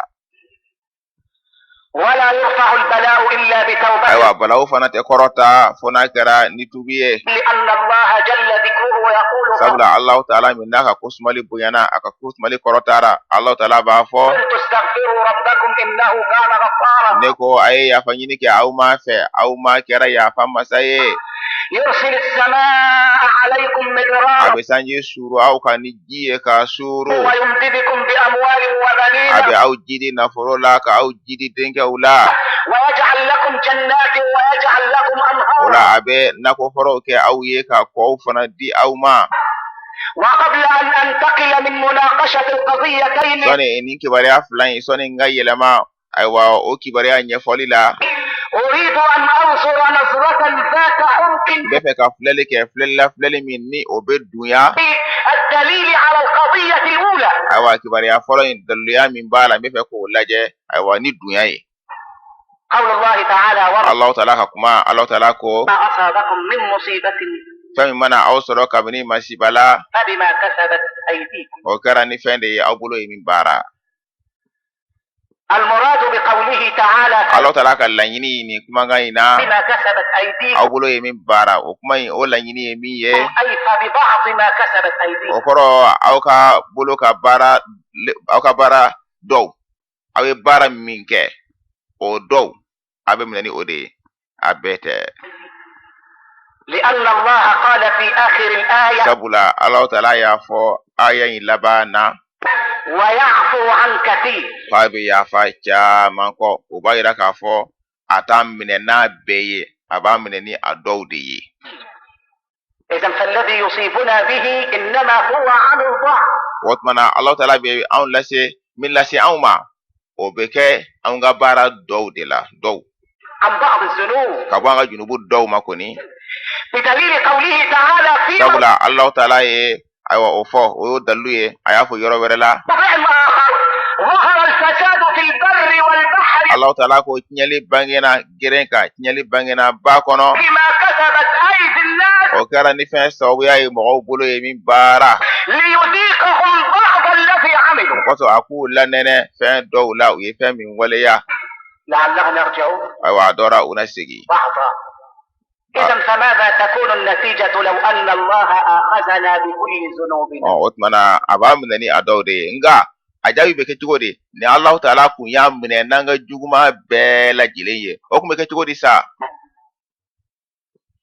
إذا كان هذا البلاء الذي نقاسيه ayiwa balawu min filɛ nin ye n'o bɛ ka anw sɔrɔ k'an degun من أزمة في الدواء ayiwa gɛlɛya min b'an na fura sɔrɔli ko la والغذاء ayiwa balo sɔrɔli ko gɛlɛya min b'an kan o la والغطاء ayiwa fini ayiwa o sɔrɔ cogo n'o ye fiyɔrɔbɔ ye gɛlɛya min bɛ o la والكساء ayiwa an ka birifiniw olu sɔrɔ cogo ayiwa gɛlɛya min bɛ anw kan o la والإسكان ayiwa sigiyɔrɔ ko o gɛlɛya min bɛ anw kan والزواج ayiwa furu ayiwa gɛlɛya minnu bɛ anw kan o bɛɛ lajɛlen والمواصلات ayiwa an ka transportw yɛlɛnkafɛnw o ayiwa gɛlɛya minnu bɛ anw sɔrɔ o la ni o bɛɛ lajɛlen ومصيبة الأخلاق ani ayiwa jogo masiba fana min bɛ anw sɔrɔ nin bɛɛ lajɛlen ni Allah ta'ala kun y'a minɛ o bɛɛ lajɛlen ma ni o bɛɛ kun kɛra إذا كان هذا ببعض ذنوبنا n'a y'a sɔrɔ an ka junubu dɔ de bɛ kɛ sababu ye ka nin bɛɛ lajɛlen se anw ma an ka junubu dɔ فمثالنا لو عاملنا الله بكل ذنوبنا o tuma na ni Allah ta'ala kun ye anw baara ɲɔgɔnya ka an minɛ n'an ka junubu bɛɛ lajɛlen ye o kun bɛ kɛ cogo di الجواب في قوله تعالى a ko o jaabi o bɛ Allah ta'ala ka kumakan de kɔnɔ ولو يؤاخذ الله الناس بما كسبوا ni Allah ta'ala kun bɛ adamadenw minɛ ni fɛn ye u ye fɛn min baara n'a kun b'u minɛ o ma ما ترك على ظهرها من دابة Ala kun tɛ toli kɛ dugukolo in kan fɛn ɲɛnama si la ولكن يؤخرهم إلى أجل مسمى nka a b'u yakariya ka taa se waati de ma waati min n'o tɔgɔ welelen bɛ فإذا جاء أجلهم فإن الله كان بعباده n'u بصيرا ka waati sera tuma min na Allah ta'ala yeli masa don n'a ka jɔnw ye وبما كسبوا تفسرها الآية ayiwa min fana fɔra u mana fɛn min waleya o tuma na aya wɛrɛ fana bɛ yen min b'o fana fasiya k'o tafsiru في سورة النحل ayiwa ni o aya bɛ suratu nahali kɔnɔna na didenw kɔfɔ sura kɔnɔ ولو يؤاخذ الله الناس بظلمهم ni Allah ta'ala kun bɛ adamadenw minɛ n'u ka tɔɲɔli sababuya ye ما ترك عليها من دابة a kun tɛ ɲɛnama fɛn si to dugukolo in kan ولكن يؤخرهم إلى أجل مسمى nka a b'u yakariya ka taa se waati de ma waati min n'o tɔgɔ welelen bɛ فإذا جاء أجلهم لا يستأخرون ساعة ولا n'u يستقدمون ka waati sera tuma min na u tɛ yakaruya hali sanga kelen wa u tɛ kɔn fana hali ni sanga kelen ye معشر السادة y'an ka kuntigi jama الظلم ظلمات يوم القيامة a ka dɔn k'a fɔ tɔɲɔli o ye dibiw de ye alikiyama jɔ don بل إن الشرك بالله نوع من أنواع الظلم وليس هو الظلم aw ka dɔn k'a fɔ filankafoya fana o ye tɔɲɔli nɔnɛya dɔ ye nka tɔɲɔli da bɛɛ lajɛlen tɛ o ye الشرك بالله وهو الذنب الوحيد الذي لا يغفر ka fila fara Allah ta'ala kan o de ye junubu kelen kelen ye ala tɛ min yafa fiyewu o kelen pe de don o fana o ye tɔɲɔli nɔnɛya dɔ de ye جزء من الظلم o ye tigɛli yɔrɔ dɔ de ye ka bɔ tɔɲɔli la قال الله تعالى إن Allah ta'ala y'a fɔ Kurana kɔnɔ الشرك لظلم i عظيم ka dɔn k'a fɔ filankafoya o ye tɔɲɔli min n'a ka bon kosɛbɛ نوع من أنواع الظلم o fana o ye tɔɲɔli nɔnɛya dɔ de ye معشر السادة y'an ka kuntigi jama إن هناك للأمم مراحل لا بد أن تمر بها i فإذا ka dɔn k'a fɔ mantonw lahalayaw de bɛ yen lahalaya min fo u ka tɛmɛ o lahalaya in de fɛ لم تتدارك وإذا لم تقف عند حدها awa ni uma kumantonw la o la ni mantonw ma jɔ o dan na n'u tɛmɛna o kan إنها تصل إلى مرحلة يصعب علاجها o bɛ taa se lahalaya ma lahalaya min n'a furakɛli ka gɛlɛn بل يعصر علاجها ayi a bɛ taa se yɔrɔ la yɔrɔ min ni a furakɛli bɛ gɛlɛya de كما يخطئ الحساب فيأتي بأمر sabula ni jɛtiw ɲagamina tuma min na ka sɔrɔ ka na ni jaabi cɛjuguw ye ayiwa a bɛ gɛlɛya dɛ بدعوات. إن للمجتمعات مراحل a k'a dɔn k'a fɔ adamadenw ka sigida lahalayaw de bɛ a la لا بد أن تقف عندها الأمم. fo mantow ka jɔ o yɔrɔ de la dɛ المرحلة الأولى من مراحل التدمير ayiwa a k'a dɔn k'a fɔ taciɲɛ ayiwa o lahalaya fɔlɔfɔlɔ min n'o bɛ kɛ ni mantow ta bɛna tiɲɛ o tumana o lahalaya fɔlɔfɔlɔ min bɛ kɛ هي مرحلة الانحلال.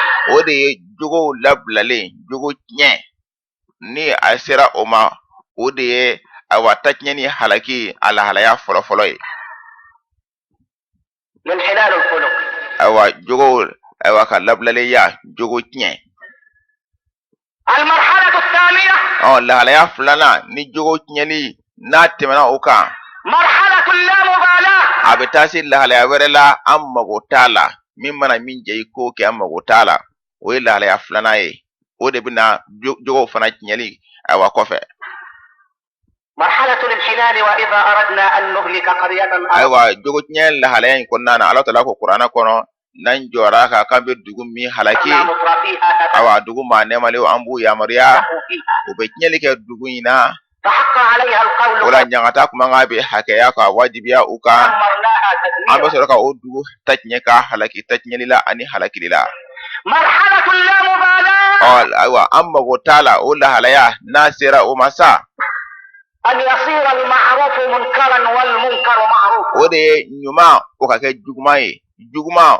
o fana ka kɛ ɲuman ye n'a sera o ma o kɔni o de ye ayiwa an mago t'a la o y'o lahalaya de ye وقد حدث ذلك.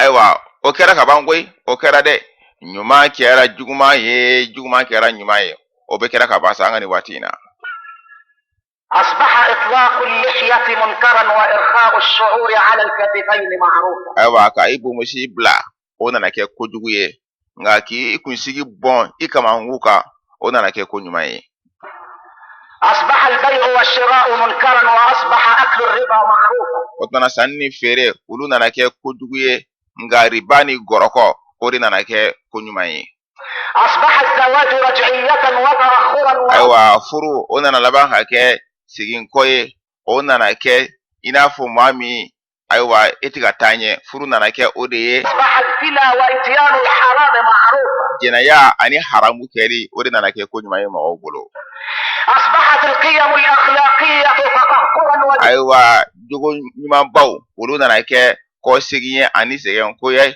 a bɛ k'a fɔ maa min bɛ o la i sigira i kɔ de o de bɛ mɔgɔw bolo bi وجمودا وأصبح السطور والخروج على طاعة الله معروفا. ayiwa musow k'u yɛrɛ waraka k'u yɛrɛ bajanbila ayiwa Ala Taala ka batoli ka u murti ka bɔ o ma o de nana kɛ ko ɲuman ye an ka nin waati in na إن الحمل قد استأسد عندما استلوق الجمل. i k'a dɔn k'a fɔ sagadenni a y'a yɛrɛ kɛ waraba ye koyi sabula tuma min na ɲagamɛcɛ o fana y'a yɛrɛ kɛ ɲagamuso ye tuma min na kɔni ولما رأيت الجهل في الناس فاشيا a ko tuma min na n y'a ye kodɔnbaliya ni jahiliya jɛnsɛnna mɔgɔw ni ɲɔgɔn cɛ تجاهلت حتى قيل إني جاهل. ne fana ye yɛrɛ kɛ kodɔnbali ye fo mɔgɔw y'a fɔ ko ne yɛrɛ ye kodɔnbali ye kɔni sabula a jɛnsɛnna mɔgɔw cɛla n fana y'u ladege فما عجب كم يدعي الفضل لا ko nin ye kabako ye dɛ maa nagasilen joli de bɛ yen n'a bɛ dafali wele a yɛrɛ la ka mankutubaw fɔ a yɛrɛ la k'a sɔrɔ maa nagasilen don وما أسف كم يظهر النقص فوضله.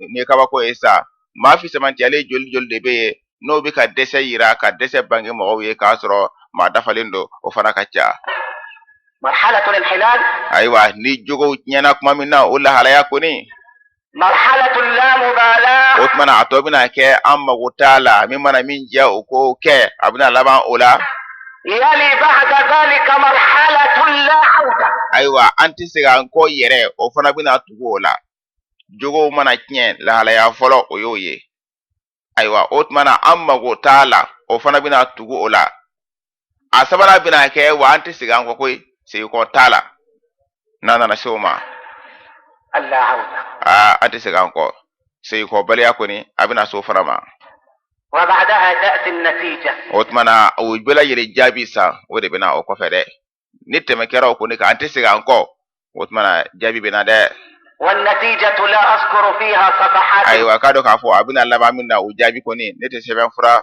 فو أولا ولا أفسر فيها أقلاما أيوة نتي أيوة كلمة سيكاري أوتا أولا كافو ميني فولي ورك أولا أيوة وجابي أكوني إنما النتيجة كلمة واحدة كادو كافو أبنا الله بامنا ويدكوني كلندي ودي أيوة لبلليا أني أيوة كو تنيلي لبلليا أني كو تنيلي أبنا الله بام ودلا انحلال أيوة جوجو منا يتنين مبالاة أيوة كتلك أما وتعالى لا عودة وأنت سيغانكو نو بلا جلين يساوي ضياع وبتا أيوة لباني مي أودي لبلليا أنكو تنيلي وإذا ما وقع الضياع فإن أيوة ني لبلليا أنكو تنيلي كيرا لله وإنا إليه راجعون أوني الله تعالى تايري أمبسي كتا الله تعالى دي ماني وكيرا معشر الإخوة يا أمبالما جماعة وأنا لا أقول هذا الكلام من عندياتي نبي كان يكمامي فوانتي كان يبوين يركون يركوي إنما أسوق الأدلة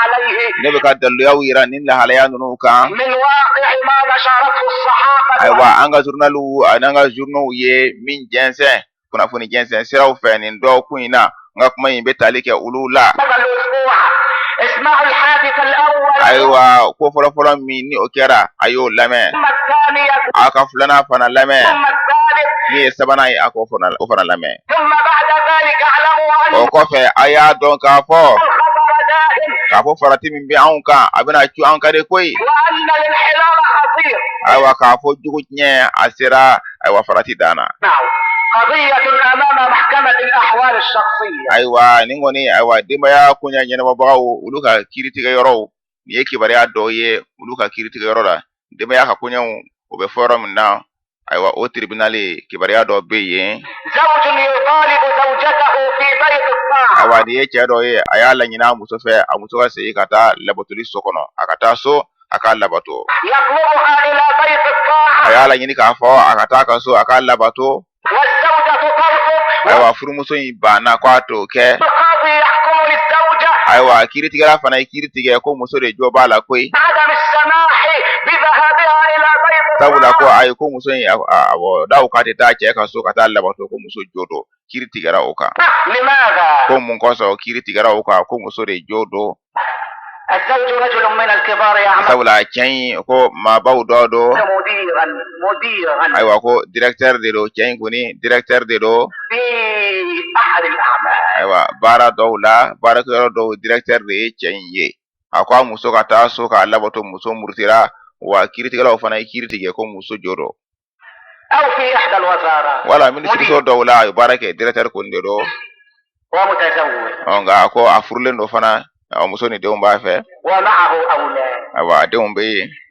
فلماذا نشدت زوجته؟ ko mun da ko so afur muso shi naka murti ka ba ka so mata لماذا دعاها لبيت الطاعة؟ mun da ko so ya wuli aka ta so ka ta labato وكيف تأبت عليه؟ mun ko so muso yin bana o ma وكسرت كلامه na yi kuma yin foka ce ya abo kun do wa تقولون لماذا؟ abado mun nawa munani ko in kera abe kele kun do wa لأن سيادة المدير sabula directeur mi flen ni ye ترك زوجته وأولاده aya furmuso ye ka to ye ka din to ye ka kodo ula وتزوج بالسكرتيرة atara aka secrétaire muso secrétaire si atara o de furu koy aka secrétaire muso ko furu aka ba amuso la aka ba adeun la الحسناء awa secrétaire muso min na che kan ikoni ayo de furu koy التي يخلو بها في حجرته ani min be fere ka to aka bureau kono وعلى بابه النور الأحمر ka soro aywa lumière blema buka koni ani min be fere aka secrétaire muso yin ko ayo de furu koy abana muso la abana deuna صورة aywa ni saura isare ni misali yayi من صور الانحلال aywa jogo nye misali ado de flani ye koy لو أننا سمعنا كلمة لرسول الله ala kira kuma ngamin fo nan kun yo lame sallallahu alaihi wa alihi wa sallam ما خلا رجل بامرأة alakira ko cɛ si ni muso si tɛ fɛrɛ u dama إلا كان الشيطان ثالثهما. fo shetana ka kɛ u sabanan ye. Alakira de y'o fɔ sallallahu alaihi wa alihi wa sallam. قال صحابي يا رسول الله sahaba dɔ y'i kan to ko ya Alahu Taala ka ciden, ولو كانت المرأة صالحة hali ni o muso in kɛra muso ɲuman ye n'a bɛ siran Ala ɲɛ, ولو كانت صالحة hali n'a kɛra maa ɲuman ye, قال الحبيب المصطفى ayiwa an kanubaga in Alahu Taala ka sugantili jɔn in a y'i kan to sahaba kɛ in ma, a y'a jaabi. ولو كانت المرأة مريم ابنة عمران hali n'a y'a sɔrɔ o muso in ye Mariyama de ye, min ye Ibrahima de muso ye, hali n'a kɛra Seydina Isa ba de ye, n'u fɛrɛla shetana bɛ kɛ o sabanan ye. سكرتيرة secrétaire muso, سكرتيرة secrétaire muso, لماذا؟ munna هل عقمت أرحام النساء أن تلج رجالا يعملون في قلم السكرتارية؟ yala musow denso kunnayara, musow dɛsɛra ka cɛw de bange, cɛ minnu bɛ se ka kɛ secrétaire ye, musow de dɛsɛra o la k'o bange wa? ولماذا يصمم سيادة المدير أن تكون السكرتيرة امرأة؟ ayiwa mun de kosɔn ayiwa directeur yɛrɛ fana bi i jɔ a kan de fo secrétaire muso ka kɛ muso de ye, secrétaire muso ma, mun de kosɔn a bi tila ka fɔ a ka kɛ muso ma de ye? أجهاز تكييف هي؟ ayiwa yala ayiwa so sumayala de don wa? ka sow la sumaya ayiwa o bɛ kɛ ni machine minnu ye, muso in bɛ taa o ɲɔgɔnna de kosɔn wa? n'o ye climatiseur ye. لماذا؟ mun kosɔn?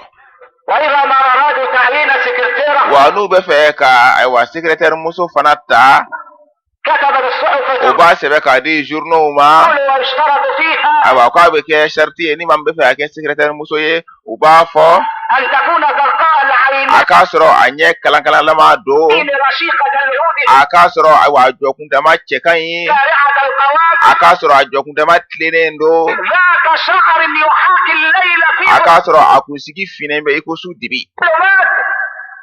سكرتيرة secrétaire muso ma, نعلن الحرب على الله o ورسوله. tuma an bɛ ayiwa kɛlɛ de ɲɛsin Alahu Taala ma a n'a ka ciden ma wa? الله الذي يقول كل للمؤمنين Alahu Taala de y'a fɔ, a y'a fɔ mumuni cɛmanw ye, غضوا من o أبصارهم ka u ɲɛnafilɛliw datugu. ويقول وكل للمؤمنات Alahu Taala y'a fɔ, a y'a fɔ mumuni musow fana ye, غضن من أبصارهن. o ka ɲɛnafilɛliw u k'a majigi k'a datugu. نجاهر الله بالمعاصي O tuma an bɛ ayiwa Alahu Taala kota k'o da kɛnɛ kan de wa? ونكتب في صفحات ka صحفنا taa sɛbɛn an ka journaux kɔnɔna na, محبوب تعيين ayiwa سكرتيرات. ko Mahabub Kahil ayiwa secrétaire muso. فأين السكرتيرون؟ O tuma secrétaire cɛmanw taara min de? هل مات السكرتيرون؟ O tuma secrétaire cɛmanw olu sara de wa? هل عقمت أرحام النساء عندنا أن يلدن رجالا يعملون في قلم yala السكرتارية؟ musow kɔnɔyara u dɛsɛra ka ayiwa cɛw de bange minnu bɛ kɛ secrétaire cɛmanw ye wa? لماذا يا سيادة المدير تريدها سكرتيرة؟ directeur e de ko dɔn mun de kosɔn e bɛ fɛ a ka kɛ secrétaire musoma ye? directeur munna musoma? يرحم الله أياما Alahu Taala ka hinɛ denw la dɛ. نظر الإمام الشافعي إلى قدم امرأة خطأ Al-Imam Shafi'i rahimahullah a ye muso dɔ sen lajɛ fili bolo ma, a m'a dabɔ a kama yɛrɛ, muso dɔ sen a ɲɛ dara o kan. أراد أن يحفظ العلوم فلم يحفظ من العلوم O شيئا. la a y'a laɲini k'a b'a ka dɔnniyaw durusi, a ma se ka foyi durusi a ka dɔnniyaw la. وكان الشافعي معروفا بالذاكرة Ayiwa Al-Imam Shafi'i ale kun dɔnnen bɛ ka ni a ka hakili dumaya ye, hakili ka di, a kun dɔnnen bɛ ni o ye. وكان من تجليات عليه تجليات الله عليه Ayiwa a kun kɛra Alahu Taala y'a ka nɛɛma min bange Imam Shafi'i kan, o nɛɛma dɔ kun ye أنه إذا نظر الصفحة نظرة واحدة ayiwa sɛbɛnfura n'a kun y'a lajɛ ko kelen dama. Al-Imam Shafi'i n'a kun y'a ɲɛda sɛbɛnfura ka siɲɛ kelen, نقشت من ورقها على عقله ayiwa sɛbɛnfura in a bɛ ɲɛgɛn a hakili ka de, a b'a durusi siɲɛ kelen. Alahu Taala kun ye nɛɛma bange a kan n'o tasira ye. فلما وقعت عينه على قدم امرأة Tuma min na n'a ɲɛ nana bin muso in sen kan, بطريق الخطأ a kɛra fili bolo ma, a m'a dabɔ a kama, أراد أن يحفظ a y'a laɲini a ka dɔnniya durusi. حدث انفصال بين الحفظ وبين O الذاكرة tuma durusili ani hakili والكتاب ane kitabu ufarla ka bonyona umasika faranyo ka durusili masika ke fiyo فذهب إلى أستاذه atara kata karmo ke fiye ابن الجراح no ye waki ibn al-jarrah atara dama kashi ama يشكو له ما حدث. mi ya sura atara dama kashi aye يقول الشافعي shafi'i ya fa rahimahullah alaka hinala شكوت إلى وكيع سوء حفظي ne dama kashi kata waki ba ga durusi jugumala ga durusi nyenan bolon tara fo ga karmo ke waki ibn al-jarrah فأرشدني إلى ترك المعاصي ayin kada kata min ma ko nga kota ye ka to yin وأخبرني بأن العلم نور akoma doniya we Allah taala ka noro de ye والله لا يهدى لعاصي. Allah taala ka noro o te di ala kota ba ma الله mbe Allah المسؤولون responsable nyemogo jorotigo لماذا تحاربون الله؟ mun de ko so awbe ala kelere ولماذا السكرتيرة لسيادة المدير بالذات؟ mun de ko so directeur ba ko secrétaire musoma a musoma mun de kelena لماذا؟ muna لماذا سكرتيرة؟ mun de ko so secrétaire a musoma لأنها أنثى؟ sabula muso de do wa لإعلان الحرب على الله؟ o ko ne o ye ka guerre déclarer Allah taala la غيروا هذه النظم البادية. ayni tasira koronu nu yelama عيشوا مرة في الطهر. ay balo saniyala hal na kara shen kilinye عيشوا مرة في الطهر. ay balo saniyala hal na kara shen kilin pede ye كان علي بن أبي طالب ali ibn abi talib kun kera كرم الله تعالى Allah taala ka nyeda bonya يأمر أن يكتب في akube مكتب ya mariya ke o ka sebeni ke لكل موظف barakela belagele ka biro kono akumbal ay mariya ke هذه العبارة: ni kuma ngai ka sebe belagele ka biro kono إذا غرتك قوتك على ظلم الناس فانظر إلى قوة العزيز الجبار. ni ka fanga yi marasa kibe mo o tonyo Allah taala mi ese masai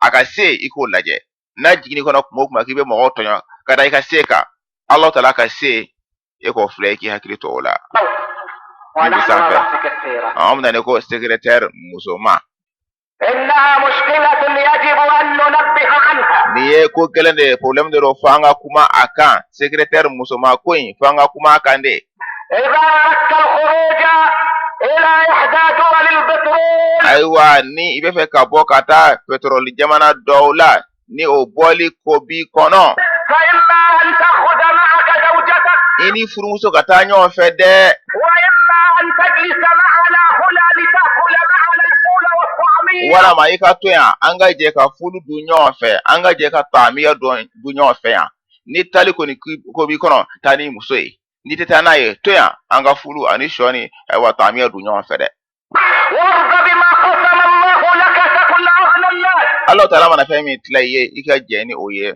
no kera aiwa ibe kariya ka teme ma bela jirenka إياك أن تسافر وتترك زوجتك. kana ta ka ifurmuso to iko de تتركها بين من؟ ibato jonye koro وتتركها مع من؟ ebani jonde toya تتركها مع من؟ ibani jonde toya وتتركها بين من؟ ibato jon chela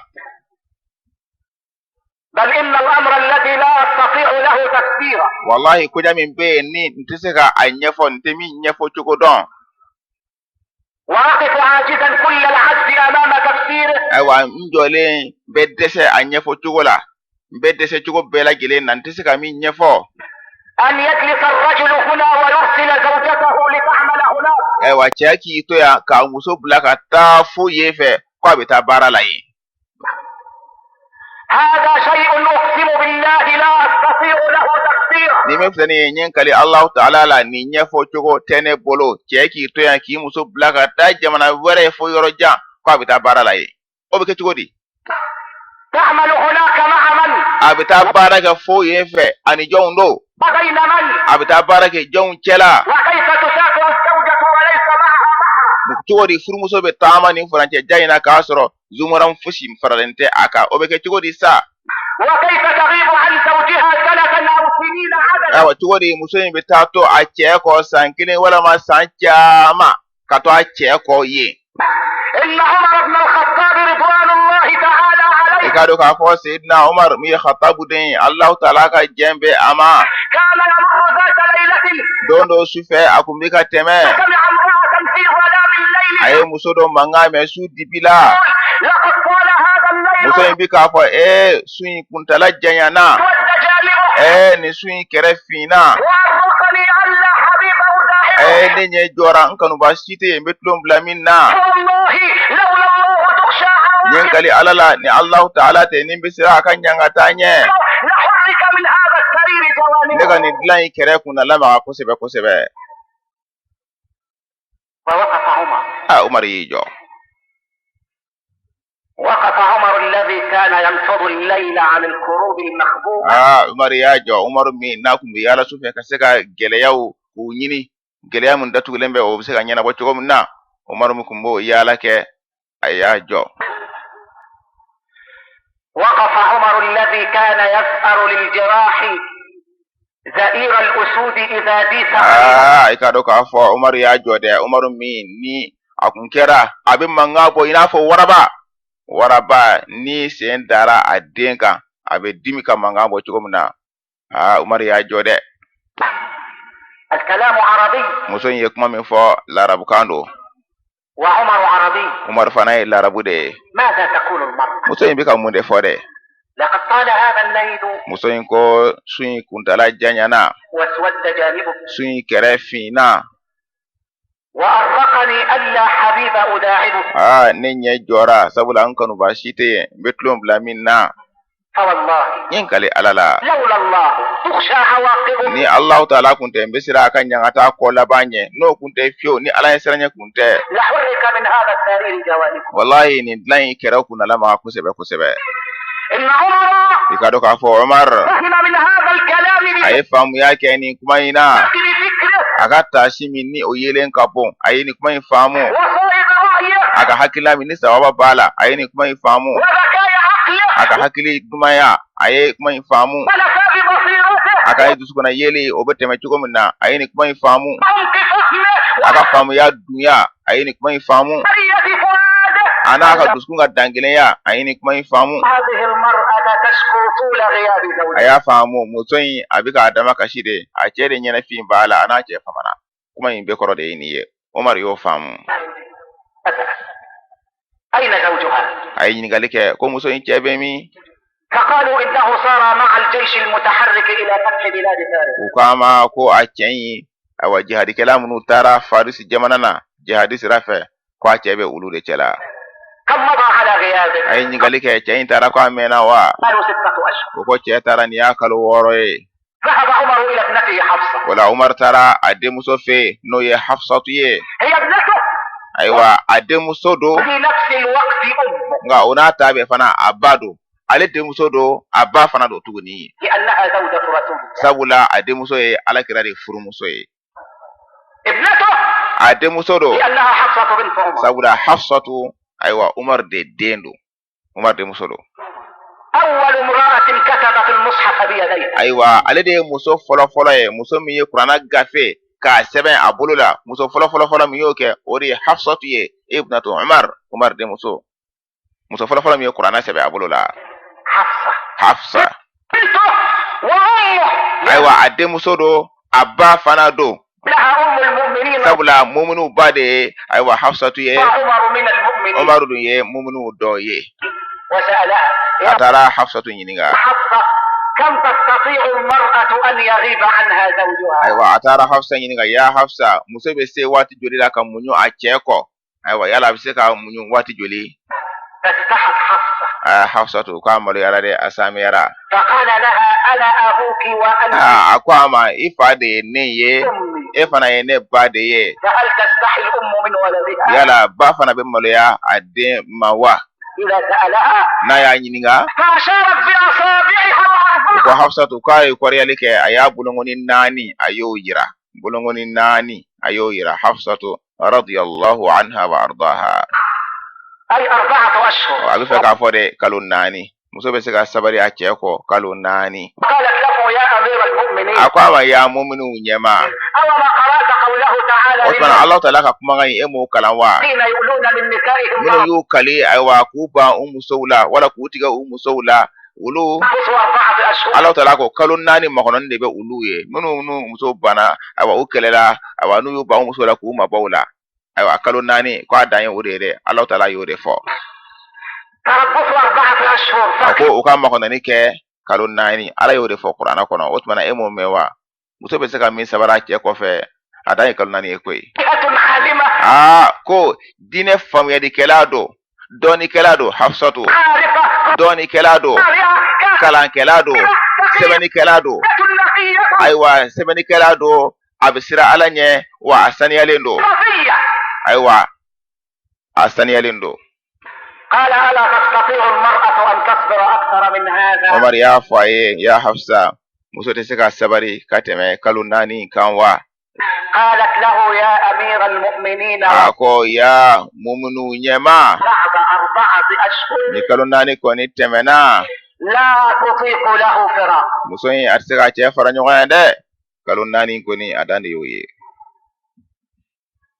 أذهب أنا إلى الكويت ko chugodi ne beta kuweti ko beta barala لأقوت نفسي وأترك زوجتي. ngoso katan yere tanye kan furmuso to nkofe ne bo ke chugodi أذهب إلى ليبيا لألبي أوامر ne زوجتي beta libi chugodi muso ka yamare ko mbo labato kan toye وأتركها هنا. ka toye nkofe ya ko be ke chugodi أذهب إلى السعودية لأسعد غيري وأشقى بنفسي. yala chugodi ne beta saudi ala ka seka mo bare kunanja kan yere digun kan yere toro ne bo ke chugodi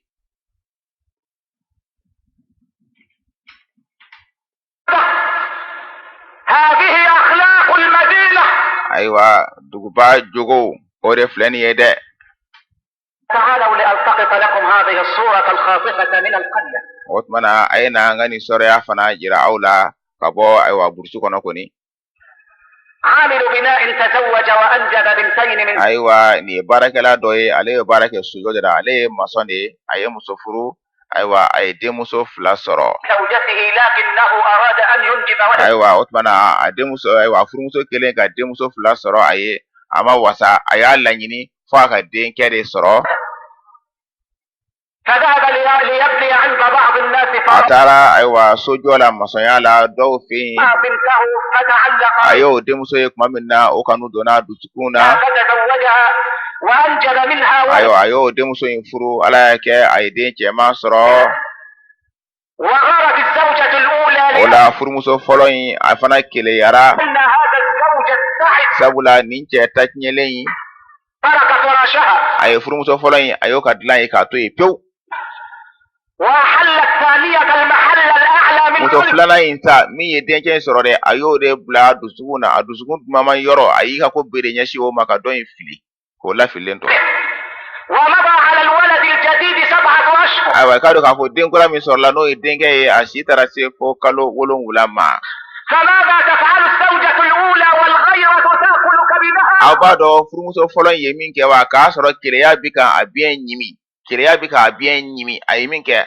a y'o dɔn sa wa furumuso fɔlɔ بينما أم الطفل غائبة maa min na ni ayiwa denyɛrɛnin ba kun tɛ yen o y'a sɔrɔ den kelen dalen don a ba tɛ yen إذ دخلت الزوجة الأولى o tuna furumuso fɔlɔ ayiwa keleya baatɔ in keleya bi ka a biyɛn ɲimi ayiwa ale de sinna ka don den in kan وأرضعت الطفل البريء مادة التكسوفين. ayiwa den min a ma bɔn o tuma na matière min bɛ yen n'o ye tikisofini ye ni o ye pɔsɔni ye a sinna ka taa o sin di den ma pɔsɔni sin k'o don den da den yɛrɛnin kalo 7 o y'a sɔrɔ a ba tɛ yen muso fɔlɔ de ye nin kɛ o y'a sɔrɔ keleya bi ka a biyɛn ɲimi فمات الطفل مسموما. den sara koyi pɔsɔni y'a fa den yɛrɛnin sara kalo 7 pɔsɔni y'a fa مات الطفل مسموما. den sara pɔsɔni sababuya la السم الزعاف سرى في كبده sabula pɔsɔni farima in o taamana a biyɛn la سريان النار في a bɛ i الهشيم. n'a fɔ tasuma bɛ don bi jalan na cogo min na a y'a minɛ ten koyi ذنبه o tumana den a ye mun de kɛ sa ما هو الذنب الذي جناه؟ nin den ye mun de kɛ sa a ye kojugu jumɛn kɛ sa وتحولت الزوجة الأولى إلى محكمة furumuso fɔlɔ u y'o yɛlɛma sa ka taa n'a ye ayiwa kiriminɛliw ka yɔrɔ la الجنايات لتحاكم بتهمة sabula u bɛ taa juge القتل العمد sabula a ye fagali kɛ k'a tugu مع سبق الإصرار والترصد. ayiwa aiwa ka i bɛlɛn kɔni k'a to a ka fɔ k'a kɛ a ye fagali labɛnnen k'a bɛlɛn k'a kɛ o tumana u taara minɛ ka juge ni o ye furumuso fɔlɔ kɔni awɔ ka du yɛrɛ cira nin cogo la ne bɛ kuma nin kibariya in kan o bɔ Alahu Taala ka kumakan de la nin ko min kɛlen ye nin ye ya e cɛ ni i furumuso ye awa den musomanw sɔrɔ a ka foyi t'a la dɛ o t'a nɔ ye n'a ye denmuso sɔrɔ o t'a nɔ ye i k'a dɔn ayiwa ba ayiwa fan minnu bɛ dilan a la ka bɔ fan bɔ yɔrɔw la ni den bɛ dilan o de la o sen tɛ den cɛya la o sen tɛ den musoya la i k'a dɔn ka se ka den kɛ cɛ ye wala k'a kɛ muso ye o bɛ se ka taa fɛn min ma o ye Alahu Taala ka laɲini min mana kɛ cɛ yɛrɛ ka ji la o tumana Alahu Taala ka laɲini min mana kɛ o la dɛ o de bɛ den kɛ cɛ ye o de bɛ den kɛ muso ye muso sen t'a la muso ka ji o tɛ ji ayiwa den cɛya n'a musoya tɛ bɔ o la fiyewu a bɛ bɔ cɛ yɛrɛ ta de la cɛ e ji in de cɛya bɛ o de la musoya bɛ o de la koyi o tumana Alahu Taala ka kumakan in lamɛn dɛ Ala ko Kuranɛ kɔnɔ yala adamaden b'a bisikiya ko a bɛna to yen gansan wa yala adamaden tun bɛ kɛ toniko kelen de ye kabini maniyu la maniyu min n'o bɛ bila denso kɔnɔ wa o kɔfɛ a nana kɛ jolikuru ye ayiwa Alahu Taala y'o da kɔ ayiwa o dalakɛɲɛ k'o kɛ adamaden ye wa o la Alahu Taala ye dali kɛ ka bɔ muso in na ayi muso in tɛ dɛ ayi Ala ye dali kɛ ka bɔ cɛ in de la ka bɔ cɛ in na minhu cɛ in minha o tɛ dɛ a bɔra cɛ in de la nɔnɔya fila cɛ ani muso Alahu Taala y'o bɔ cɛ in de la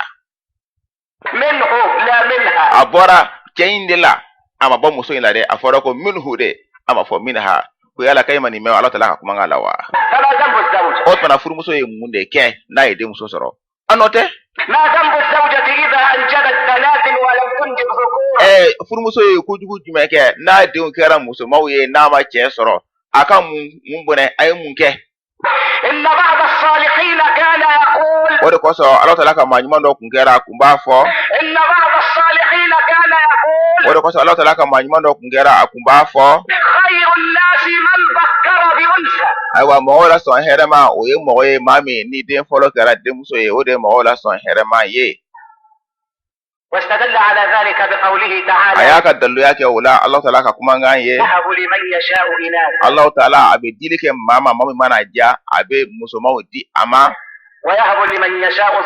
ayiwa maa min fana mana diya a bɛ den cɛman fana di o ma o tuma denmuso Ala ye o de fɔ fɔlɔ ka tila k'a fɔ ni cɛw ka fɔcogo ye ayiwa a kɔnna k'a denmuso fɔ a ka kɔrɔta kosɔn a tilala k'a kɛ ayiwa tankiru ye fana a y'o kɛ mɔgɔ sɔn ka se k'a bonya o yira o ye kuma yɛrɛ taasira ye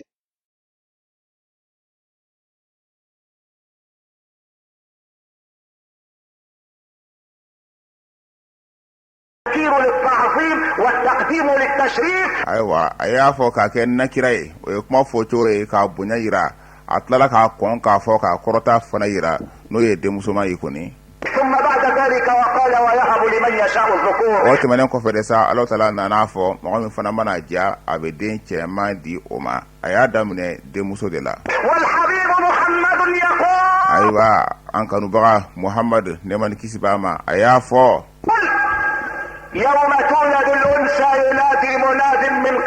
ni denmuso bangena don min na welekɛla dɔ bɛ wele kɛ ka bɔ Alahu Taala fan fɛ a b'a fɔ a ye ayiwa i lafulen don wa i dara ka bɔ maa lafulen fana na maa min mana jɔ n'i ka koɲa ye Alahu Taala b'o dɛmɛ fɔ alikiyama jɔ don e lafulen don i dara ka bɔ maa lafulen na maa min mana jɔ n'i ka ko ye k'i ayiwa i la tanga Alahu Taala b'o tigi sutura fɔ alikiyama jɔ don Alahu Taala ye dilali kɛ cɛ in de la ayiwa o mani n'o ye cɛ ta in ye dɛ Ala ye cɛya ni musoya bɔ o de la من مني الرجل n'o ye cɛ ka mani ye kɔni الزوجين nɔnɔya fila bɔra o de la الذكر والأنثى cɛ ani muso أليس ذلك بقادر على أن يحيي الموتى masa min bɛ nin kɛ o masa a fɔ o tɛ se ka su ɲɛnamaya wa a bɛ se الذكر والأنثى في مالك أنت den cɛman n'a musoman o bɛ bɔ e cɛ in de la أما النساء فكما قال تعالى ayiwa musow kɔni a bɛ i n'a fɔ Alahu Taala y'a fɔ cogo min na لكم حرث لكم aw ka musow y'aw ka forow de ye ولذلك لما تزوج أبو o حمزة de kosɔn Abu Hamza ale kɛlen ka furu kɛ على زوجته التي أنجبت بناته ayiwa Abu Hamza ale denmuso fɔlɔ min ayiwa ale muso fɔlɔ min n'o ye denmusow sɔrɔ n'a ye muso wɛrɛ furu a kan وأنجب من الأخرى ذكورا dɔ in nana den cɛmanw sɔrɔ a ye هجر أم البنات o tuma denmusow ba a y'a tigɛ olu la ولا يغدو ويروح على أم a kɔni البنات tora sa a bɛ taa ni ka segin la muso min ye den cɛmanw sɔrɔ a ye dɛ a bɛ ka taa o de fɛ yen min ye denmusow sɔrɔ a y'o fili kɔfɛ Abu Hamza o kɛlen k'o kɛ وذات يوم لقيته أم البنات o فقالت tuma don dɔ la denmusow ayiwa ba o y'a kun bɛ ɲɔgɔnya don dɔ la له ما لأبي حمزة لا يأتينا a ye ni dɔnkili sira in fɔ a ye a ko mun de bɛ Abu Hamza ye a tɛna anw fɛ yen fiyewu ويدخل البيت الذي يلينا ayiwa du min tugulen bɛ anw la wala so min tugulen bɛ anw la a bɛ ka taa o de fɛ yen n'o ye denkɛw sɔrɔ a bɛ ka taa o de fɛ yen su ni tile رضوان أن لا نلد البنين a diminen bɛ anw kɔrɔ ko anw tɛ ka denkɛw bange والله ما هذا بعيب nin فينا kali Alahu Taala la nin tɛ lebu ye anw na anw ka fiɲɛ tɛ denmuso sɔrɔ wala denkɛ sɔrɔ o tɛ anw nɔ ye فنحن كالأرض لزارعين anw kɔni anw bɛ i n'a fɔ dugukolo de ka ɲɛsin cikɛlan ma ننبت ما قد يوضع fɛn فينا min mana bila dugukolo la dugukolo bɛ o de falen o fɛn in dugukolo sen fosi t'o la den kɛlɛ ye cɛ ye ani den kɛlɛ ye muso ye o tɛ anw musow nɔ ye لا ذنب لها furumuso in a ma kojugu si kɛ k'a ye denmuso sɔrɔ لا ذنب للزوجة furumuso a ka junubu tɛ nin na k'a denw kɛra muso ye o t'a nɔ ye فلا تخسروا الميزان aw kana mizani jɛngɛ وأقيموا الوزن بالقسط a ye sumalija in jɔ k'a tile a ye laadiriya إذا أنجبت زوجتك البنات ni i denmuso n'a ye ayiwa i furumuso n'a ye denmuso sɔrɔ i ye فلا تدخلها في قفص الاتهام في i محكمة kana tuguma ka taa n'a ye ayiwa tribunaliw la dɛ ko sabula ko a bɛ ka denmuso de bange i ye kan'o kɛ جنايات ka kɛ i n'a fɔ a ye kojugu de kɛ kan'o kɛ لماذا لا نرضى بما قضى mun de kosɔn Alahu Taala mana fɛn min latigɛ anw ye an tɛ jɛ ni o ye de الذين أنجبوا ذكورا فقد قالوا نريد مع الذكور إناثا maa minnu bɛ yen ala ye u denw bɛɛ lajɛlen kɛ dencɛw ye olu fana ko anw bɛ denmuso de fɛ والذين أنجبوا إناثا فقد قالوا نريد مع الإناث ذكورا maa minnu fana bɛ yen ni denw bɛɛ lajɛlen kɛra musomanw ye olu fana ko denkɛ negebana an bɛ denkɛ de fɛ والذين لم ينجبوا قالوا نريد أن ننجب maa minnu yɛrɛ bɛ yen u ma si sɔrɔ u ma cɛman sɔrɔ u ma musoman sɔrɔ olu fana b'a la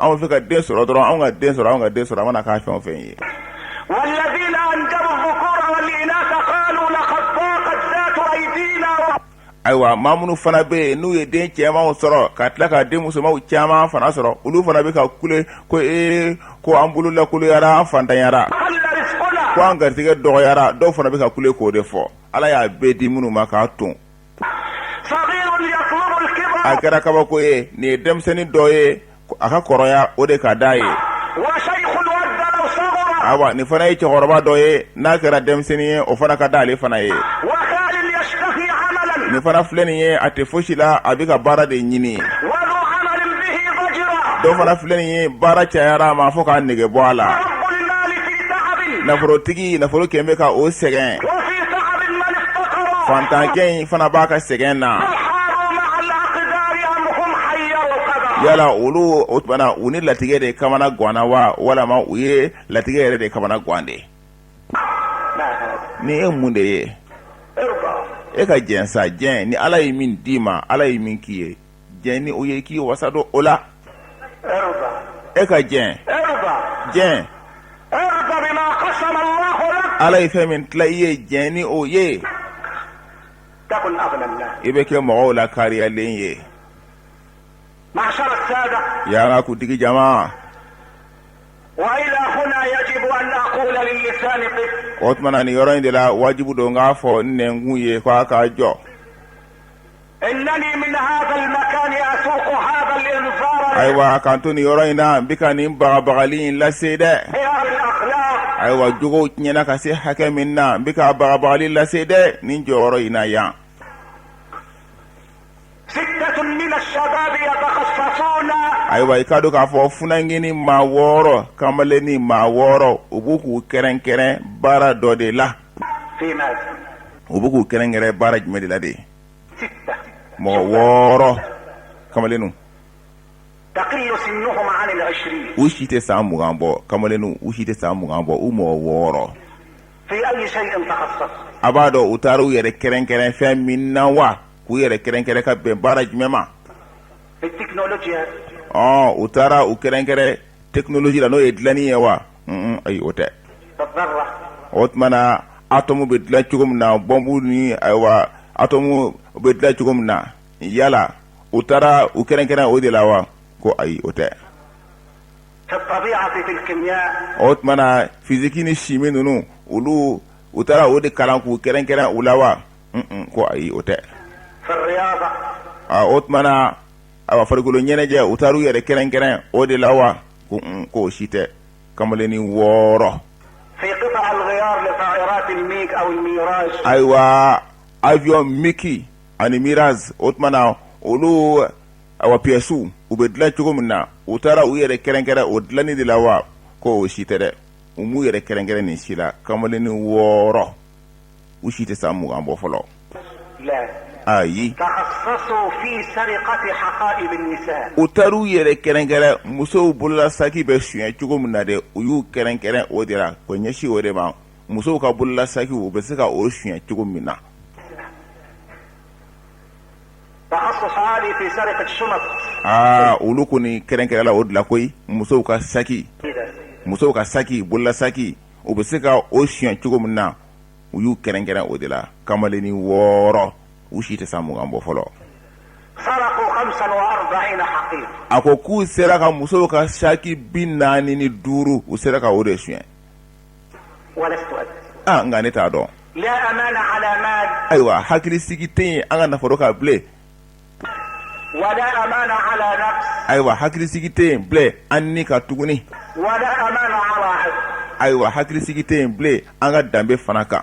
هل يأتي اليوم الذي يسير الإنسان فيه في الطريق؟ yala don dɔ bɛna se wa don min adamaden i taamatɔla sira fɛ. فيجد من يأمره بالوقوف مكانه. i bɛna maa dɔ sɔrɔ o bɛ se k'a fɔ he i jɔ. له ويقول له قف حتى أفتشك والشمس طالعة. dɔ ka se k'a f'i i jɔ k'i fiyɛ i ka bolofɛnw ko o bɔ si la k'o ndaraki k'a sɔrɔ tile bɔlen bɛ tile kan dɛrɛ fɛ yala o fana bɛ kɛ tuguni. ko nin bɛ kɛ cogo di sa. maa 6 kabini furankɛninw na. وإذا أصيبت الأمة في شبابها. ayiwa ni masiba ye manton sɔrɔ a ka furankɛninw n'a ka denmisɛnninw na. فإن المصيبة تكون كسرطان الدم. i k'a dɔn k'a fɔ masiba kɔni a bɛ kɛ i n'a fɔ kansɛri min mana kɛ joli la a bɛ k'o de ye sa dɛ denmisɛnnin kunda o ye kojugu ye ni masiba sɔrɔla yen. المصيبة في الشباب مصيبة في القلب. ayiwa i k'a dɔn k'a fɔ ni masiba y'a sɔrɔ denmisɛnninw na o ye masiba de ye fan dusukun na koyi. وليس طفحا على الجلد. i k'a dɔn k'a fɔ o tɛ logologoli ye dɛ n'o kɛra golo sanfɛ dɛ nin bɛ fɔ dusukun de la. هناك فرق بين طفح الجلد. i k'a dɔn k'a fɔ logologoli min mana kɛ golo sanfɛ. بين سرطان الدم. ayiwa ni joli ka kansɛri o tɛ kelen ye dɛ. 6 من الشباب. funankɛni maa 6 من الشباب العض. kabini denmisɛnnin kɛnɛkɛnɛw. من الشباب الفتي. ayiwa kabini minnu ye funankew yɛrɛ ye. يتخصصون في سرقة حقائب النساء. u bɛ ka taa u kɛrɛnkɛrɛn ayiwa musow ka bolola saki suɲɛli cogoya la. هذا مؤشر خطير. nin mana fɛn min yira nin ye taamasiyɛn min n'a ka jugu. إنني أقول ليس الحل في تغيير الوزراء. ne b'a fɔ aw ye yan dɛ ka minisiriw falen k'u yɛlɛma ko tɛ ɲɛnabɔ o sira fɛ dɛ. minisiri falen ka nin minisiri bɔ yen ka na ni nin ye k'u yɛlɛma k'o tɛ dilan ni o sira ye. إنما الحل ko be dilanni min ye fɛn bɛ adamadenw dusukun na ka fɛɛrɛ kɛ o bɛ se ka yɛlɛma cogo min na ko be dilanni o sira de ye. لأن الله لم يقل إن الله لا يغير ما بقوم حتى يغيروا أنفسهم. sabula Allahu Taala ma fɔ ale Allahu Taala a tɛ fɛn yɛlɛma fɛn bɛ mɔgɔw la fo u k'u yɛrɛ kun yɛlɛma Ala ma fɔ ten dɛ k'u yɛrɛ kun yɛlɛma Ala ma fɔ ten dɛ. إنما قال حتى يغيروا ما بأنفسهم. Ala ko de f'u ka fɛn de yɛlɛma fɛn b'u dusukun na k'u yɛlɛmali ani ka mɔgɔw yɛlɛma o tɛ kelen ye dɛ. الداء هو الداء. bana o de ye bana ye. زيد وعمر ayiwa ka Zaidu ayiwa bɔ yen ka na ni Amuru ye ayiwa ka Amuru fana bɔ yen ka tila ka na ni Bakuru ye ka Bakuru fana bɔ yen ka tila ka na ni Khalid ye ka minisiriw yɛlɛma ka jɔyɔrɔw fale o min filɛ nin ye o tɛ ko ɲɛnabɔ o tɛ ko ɲɛni sira ye dɛ. a ka don k'a fɔ ko ɲɛni sira ye min ye ka fɛɛrɛ kɛ fɛn bɛ adamadenw dusukun na o bɛ se ka yɛlɛma cogo min na ko in ye o de ye ko bɛ dilan ni o de ye n'o tɛ ka mɔgɔw yɛlɛma ka dɔ wuli ka bɔ yen ka dɔ bila a nɔ na k'u yɛlɛma o tɛ foyi ɲɛ. a ko nafigiya wasara kibaruya jugu jɛnsɛn wasara ayiwa ko a wasara sa dɛ ayiwa ko bayɛlɛma la a y'an wasa an k'an ka denmisɛnninw ye k'an ka funankeninw ye fɛn min degun bɛ an kan min ka farin n'a bɛɛ lajɛlen ye o b'o sira de kan n'o ye suɲɛli ye an ka funankeninw ka yɛlɛma ka kɛ zonw ye ka nin ye masiba ye sa dɛ o y'an wasa masiba la. ani musow yɛrɛ ka saki musow ka bolola saki o bɛ suɲɛ k'o ndaraki cogo min na ayiwa ka u kɛrɛnkɛrɛn o de la nin wasara masiba ye dɛ. nin ye kɛrɛnkɛrɛn fɛnw ye min kɔrɔtalen bɛ kosɛbɛ u kɛn bɛ k'a ɲɛdɔn kosɛbɛ. ayiwa kunnafoni jɛnsɛnlaw a ye sira Ala ɲɛ. kunnafoni jɛnsɛnlaw a ye sira Ala ɲɛ. ayiwa kunnafoni jugu jɛnsɛn wasara. ni ayiwa Rusi jamana kɛra i n'a fɔ kansɛri joli la ni Rusi jamana kɛra o de ye. i k'a don k'a fɔ Ameriki kɔni Ameriki bɛ kɛ joli suuru de ye k'a bɔn fo k'a ton. ni ayiwa Rusi jamana ni o kɛra i n'a fɔ kansɛri joli la i k'a don k'a fɔ Ameriki o ye ayiwa joli suuru ta de ye min n'a ka gɛlɛn kosɛbɛ ka joli suuru kɔni Ameriki bɛ kɛ o de ye. ayiwa n'a ɲinina o fɛ a k'a don k'a fɔ min ye télévision 38 miliyɔn 38 k'a k'o tila ayiwa o télévision hakɛ kɔni ka na o tila Misira ayiwa denw kan gansan n'o ɲinina Ameriki fɛ u b'a kɛ fiyewu u tɛ sumaya o la. n'a ɲinina Ameriki fɛ an ka ayiwa sigirɛtiw a ka na o di anw ma gansan hali a tɛ sumaya a b'a teliya k'o bɛɛ lajɛlen di Misira kɔnɔ yan. nka u bɛna min d'an ma o ye sigirɛtiw ye nka i ka don k'a fɔ ayiwa min ye char kɔnbaw ye ani mikiw ayiwa ani kɛlɛkɛ avion o b'o de di Israel ma o bɛna anw nɛgɛ ni sigirɛti ye.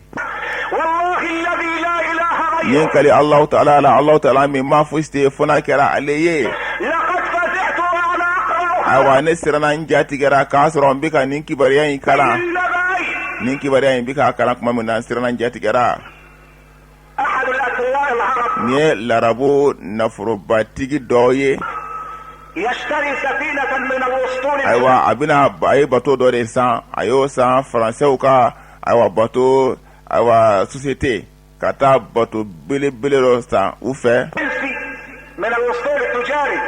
ayiwa faransɛw ka jago kɛ bato ka taa bato belebele san nin ye Larabu nafolobatigi dɔ ye k'o san. ayiwa o min filɛ nin ye fana n'o ye bato min ni a y'o san o ye dernier cri de ye o waati la o ye dernier cri de ye kabini faransɛw ka bato belebele dilanyɔrɔw la nin Larabu nafolotigiba in o de taara o san. a y'o san $20 miliyɔn ayiwa 20 $20 miliyɔn 20 a y'o de don nin na nin Larabu nafolobatigi ka ayiwa nin san n'o ye nin bato belebele k'a san faransɛw fɛ. a bɛna yɛlɛma de sa k'a kɛ hôtel ye hôtel min n'a bɛ nɔba sanfɛ hôtel k'a yɛlɛma k'a kɛ hôtel ye ba sanfɛ. ونحن نعلم ما معنى الفندق العالي. hôtel min bɛ munumunu ba sanfɛ o ye min ye anw b'o dɔn. 20 مليون دولار. dollar miliyɔn 20. والمسجد الأقصى ينادي k'a sɔrɔ المسجد الأقصى o misiri o bɛ ka wele kan bɔ. المنازل أصبحت لا أهلها أهلي ولا جيرانها جيران. ayiwa a t'a fɔ ni sɔgɔma sabula mɔgɔ minnu bɛ yen o t'a mɔgɔw ye maa minnu b'a kɛrɛfɛ o t'a sigiɲɔgɔnw ye o tuma na Baitul Maqdis tolen bɛ tungamɛnkɛya la. 20 مليون دولار. dollar miliyɔn 20. شراء سفينة. ayiwa larabu nafolobatigi in bɛ taa o don ayiwa bato la ka bato de san من فرنسا. k'o san Faransi fɛ لتحول إلى فندق mun عائم. kosɔn a ko yɛlɛma k'o kɛ hôtel ye hôtel min bɛ ayiwa yen nɔ ba sanfɛ hôtel ka ayiwa bato san k'a k'o ye. ونحن أدرى الناس بالفنادق العائمة. min ye ayiwa hôtel min bɛ nɔ ba sanfɛ anw b'o dɔn dɛrɛ. والمسجد الأقصى يعوم على جدران k'a هشم. sɔrɔ Masjidul Aqsa ni misiri ayiwa a bɛ ka nɔ koko kan koko min n'a ka magan n'a lafulen don. وشيكا ما تسقط فيخر البناء. a hali a binni ka surun yɛrɛ n'a tora o cogoya la a bɛ bin yɛrɛ k'a sɔrɔ o bɛ yen. يرحم الله القائد العظيم صلاح الدين. Alahu Taala ka hinɛ silamɛw ka ni kɛlɛɲɛmɔgɔba in na Salahuddin al-Ayyubi. أيام وضع الصليبيون أيديهم على المسجد Mamu naani nasaraw y'u bolo da ni misiri in kan Masjidul Aqsa k'a minɛ silamɛw la o kɛra tuma min na awa silamɛw ka kɛlɛɲɛmɔgɔba Salahuddin al-Ayyubi. جلس ذات يوم مع كبار رجال قواته. ayiwa don dɔ la a ka kɛlɛkɛlaw n'a ka sɔrɔdasiw ani awa u kun sigilen don dɔ la a ka sɔrɔdasi ɲɛmɔgɔw n'a ka kɛlɛɲɛmɔgɔbaw o sigilen don dɔ la. فدارت بينهم نكتة. awa o tɔɔrɔw la ayiwa ɲɛnajɛ kuma ani baro kuma dɔ tɛmɛna u ni ɲɔgɔn cɛ. وضحكوا ولم يبتسم صلاح الدين. olu yɛlɛla Salahuddin al-Ayyubi hala ma muɲamuɲa tɔw yɛlɛla nka hala ale ma muɲamuɲa. فسألوه أيها القائد u y'a ɲininka y'an ka ɲɛmɔgɔba لا تبتسم. mun de kosɔn i tɛ yɛlɛ. قال صلاح الدين Salahuddin al-Ayyubi de kan to استحي من الله أن يراني مبتسما. n bɛ maloya Allahu Taala ka ne ye n bɛ ka yɛlɛ والمسجد الأقصى في يد الصليبيين. k'a sɔrɔ ayiwa Masjidul Aqsa bɛ nasaraw bolo n bɛ sameya ka maloya Allahu Taala ka ne ye yɛlɛ la k'a sɔrɔ Ala ka nin misiriba in bɛ nasaraw bolo n tɛ se ka yɛlɛ. Salahuddin al-Ayyubi ale de y'o fɔ. ونحن نمرح. nka anw kɔni anw bɛ ka tulonkɛ fo k'an nɔgɔma fo k'an jan. ماذا قالت المجلة الأمريكية؟ o tuma na ko Amerikɛnw ka ayiwa magazine o ka journal o ye mun fɔ tuguni. رولينج ستون. ayiwa min n'o tɔgɔ ye ko Rolling Stone ayiwa o journal mun filɛ nin ye ماذا قال؟ a ye jumɛn fɔ. مجلة أمريكية o ye Amerikɛnw ka journal de ye o ka magazine do. تسمى رولينج u ستون b'a wele ko Rolling Stone أي الحجر o المستدير. kɔrɔ ye ko fara korilen.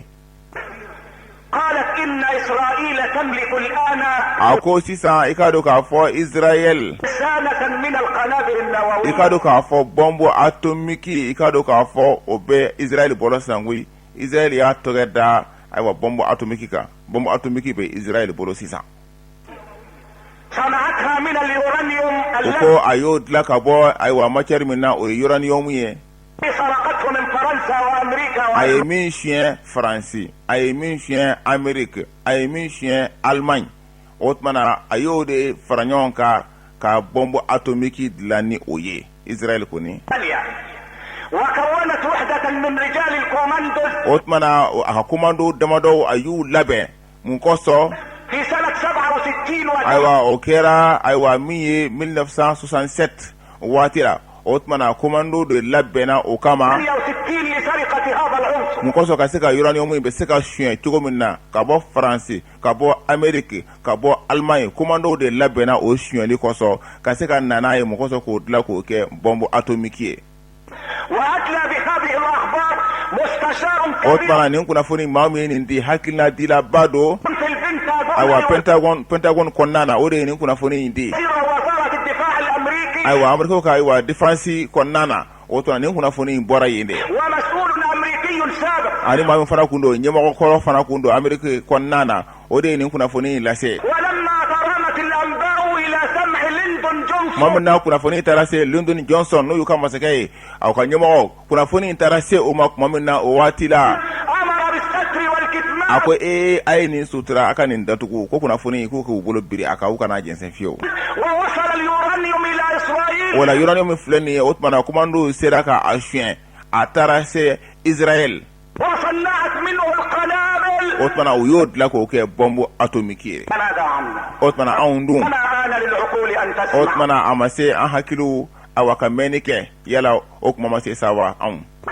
أما آن للقلوب أن تخشع. yala amase fanawa andu tukun kasira alanyawa أما آن للعيون أن تدمع. yala anyau mase ukajibo sawa اللهم إني أسألك antigi ala nebi deli benye shikata ima وأتوجه إليك benye shikata ya Allah ta'ala ma وأنا واقف الآن بين يديك sisa ne jolembe enya kuntlela ya Allah وأنت في عليائك وكبريائك. masa ibika korota kono ibika yere bunyala أسألك أن تنصر الإسلام وتعز المسلمين. Allah ba nyini fe ka islam ya deme ba nyini fe ka bunya di islam umma اللهم وحد كلمتنا. ala ba nyini fe anga kuma ngawo ka ke kilenye اللهم وحد صفوفنا. ala ba nyini fe anga sofu ka ke kilenye اللهم اطرد الشيطان من بيننا ومن بيوتنا. ya Allah ba nyini fe shetana ika gen ka bo anga so ika gen ka bo ni nyoche اللهم اهد أولادنا. ala ba nyini fe ika ndin iku kana اشف مرضانا. masa anga bana bato iku kenaya ارحم موتانا. anga shu ika hinawla ya masa هالك أعدانا. masa ika njugu halaki بلغنا مما يرضيك آمالنا. masa anga natako mimbe ni be jena ye ika lase oma أبناءنا الطلبة. ya ande aiwa ande munu ye kalande ye aw de kodo يا طلبة الجامعات. kalande munu be university ko nana aw de kodo ويا طلبة مراحل التعليم. amunu be aiwa kalande yala aiwa kala yoro bela jele na أنتم في صراع مع العلم. aw ka do ka fo aw ni doni be kele de la koy أيها الطالب. kalande رسالتك في الحياة. aiwa ika tasira ke ika nyinama ya kono صلاتك وكتابك. aiwa ika seli ani ka kitabu iko de ke ika tasira yi أقم الصلاة ika seli jodere واقرأ الكتاب. ika kitabu fana iko kala ika dauma يقال لك اليوم اقرأ كتابك abe fo bi ika kitabu kala لأنه غدا في الامتحان sabula sini ika do ka fo examen bina ke سيقال لك كفى بنفسك اليوم abuna عليك finyana ka fo iyere wasara iyere kun ka koloshi bala ani fese bala حسيبا. يا أبناء المسلمين ya islama udun نريد الطبيب المسلم aw ka do ka fo docteur islame ambo de nyini والصيدلي المسلم ambe pharmacien ay wa islame ambo de nyini والمهندس المسلم ingénieur islame ambo de nyini والمفكر المسلم ay wa penseur no ye ay wa hakilima islame wala ambo de nyini والمدرس المسلم ay wa mi e karamogo e o islame lama ambo de nyini والمحاسب المسلم ay wa comptable islame lama ambo de nyini والمحامي المسلم ay wa avocat islame lama ambo de nyini والعالم المسلم. doni kela islame ambo de nyini اعلموا أنكم في صراع. aw ka do ka fo abe kele de la koy ya kalandew الكنائس تحولت إلى معاهد aw للعلم. ka do ka fo église bela gele yela mana kana ke kalan ke yoro de koy ونحن يا شباب المسلمين islamo ka demsenu لا نحمل في جيوبنا مصحفا aw ka do ka fo qur'ana gafe o te an ka posi wala de إنما نحمل علب الكل. nga iba soro cigarette paquet de ba nga posi kono qur'ana ta nga posi wala de fo cigarette paquet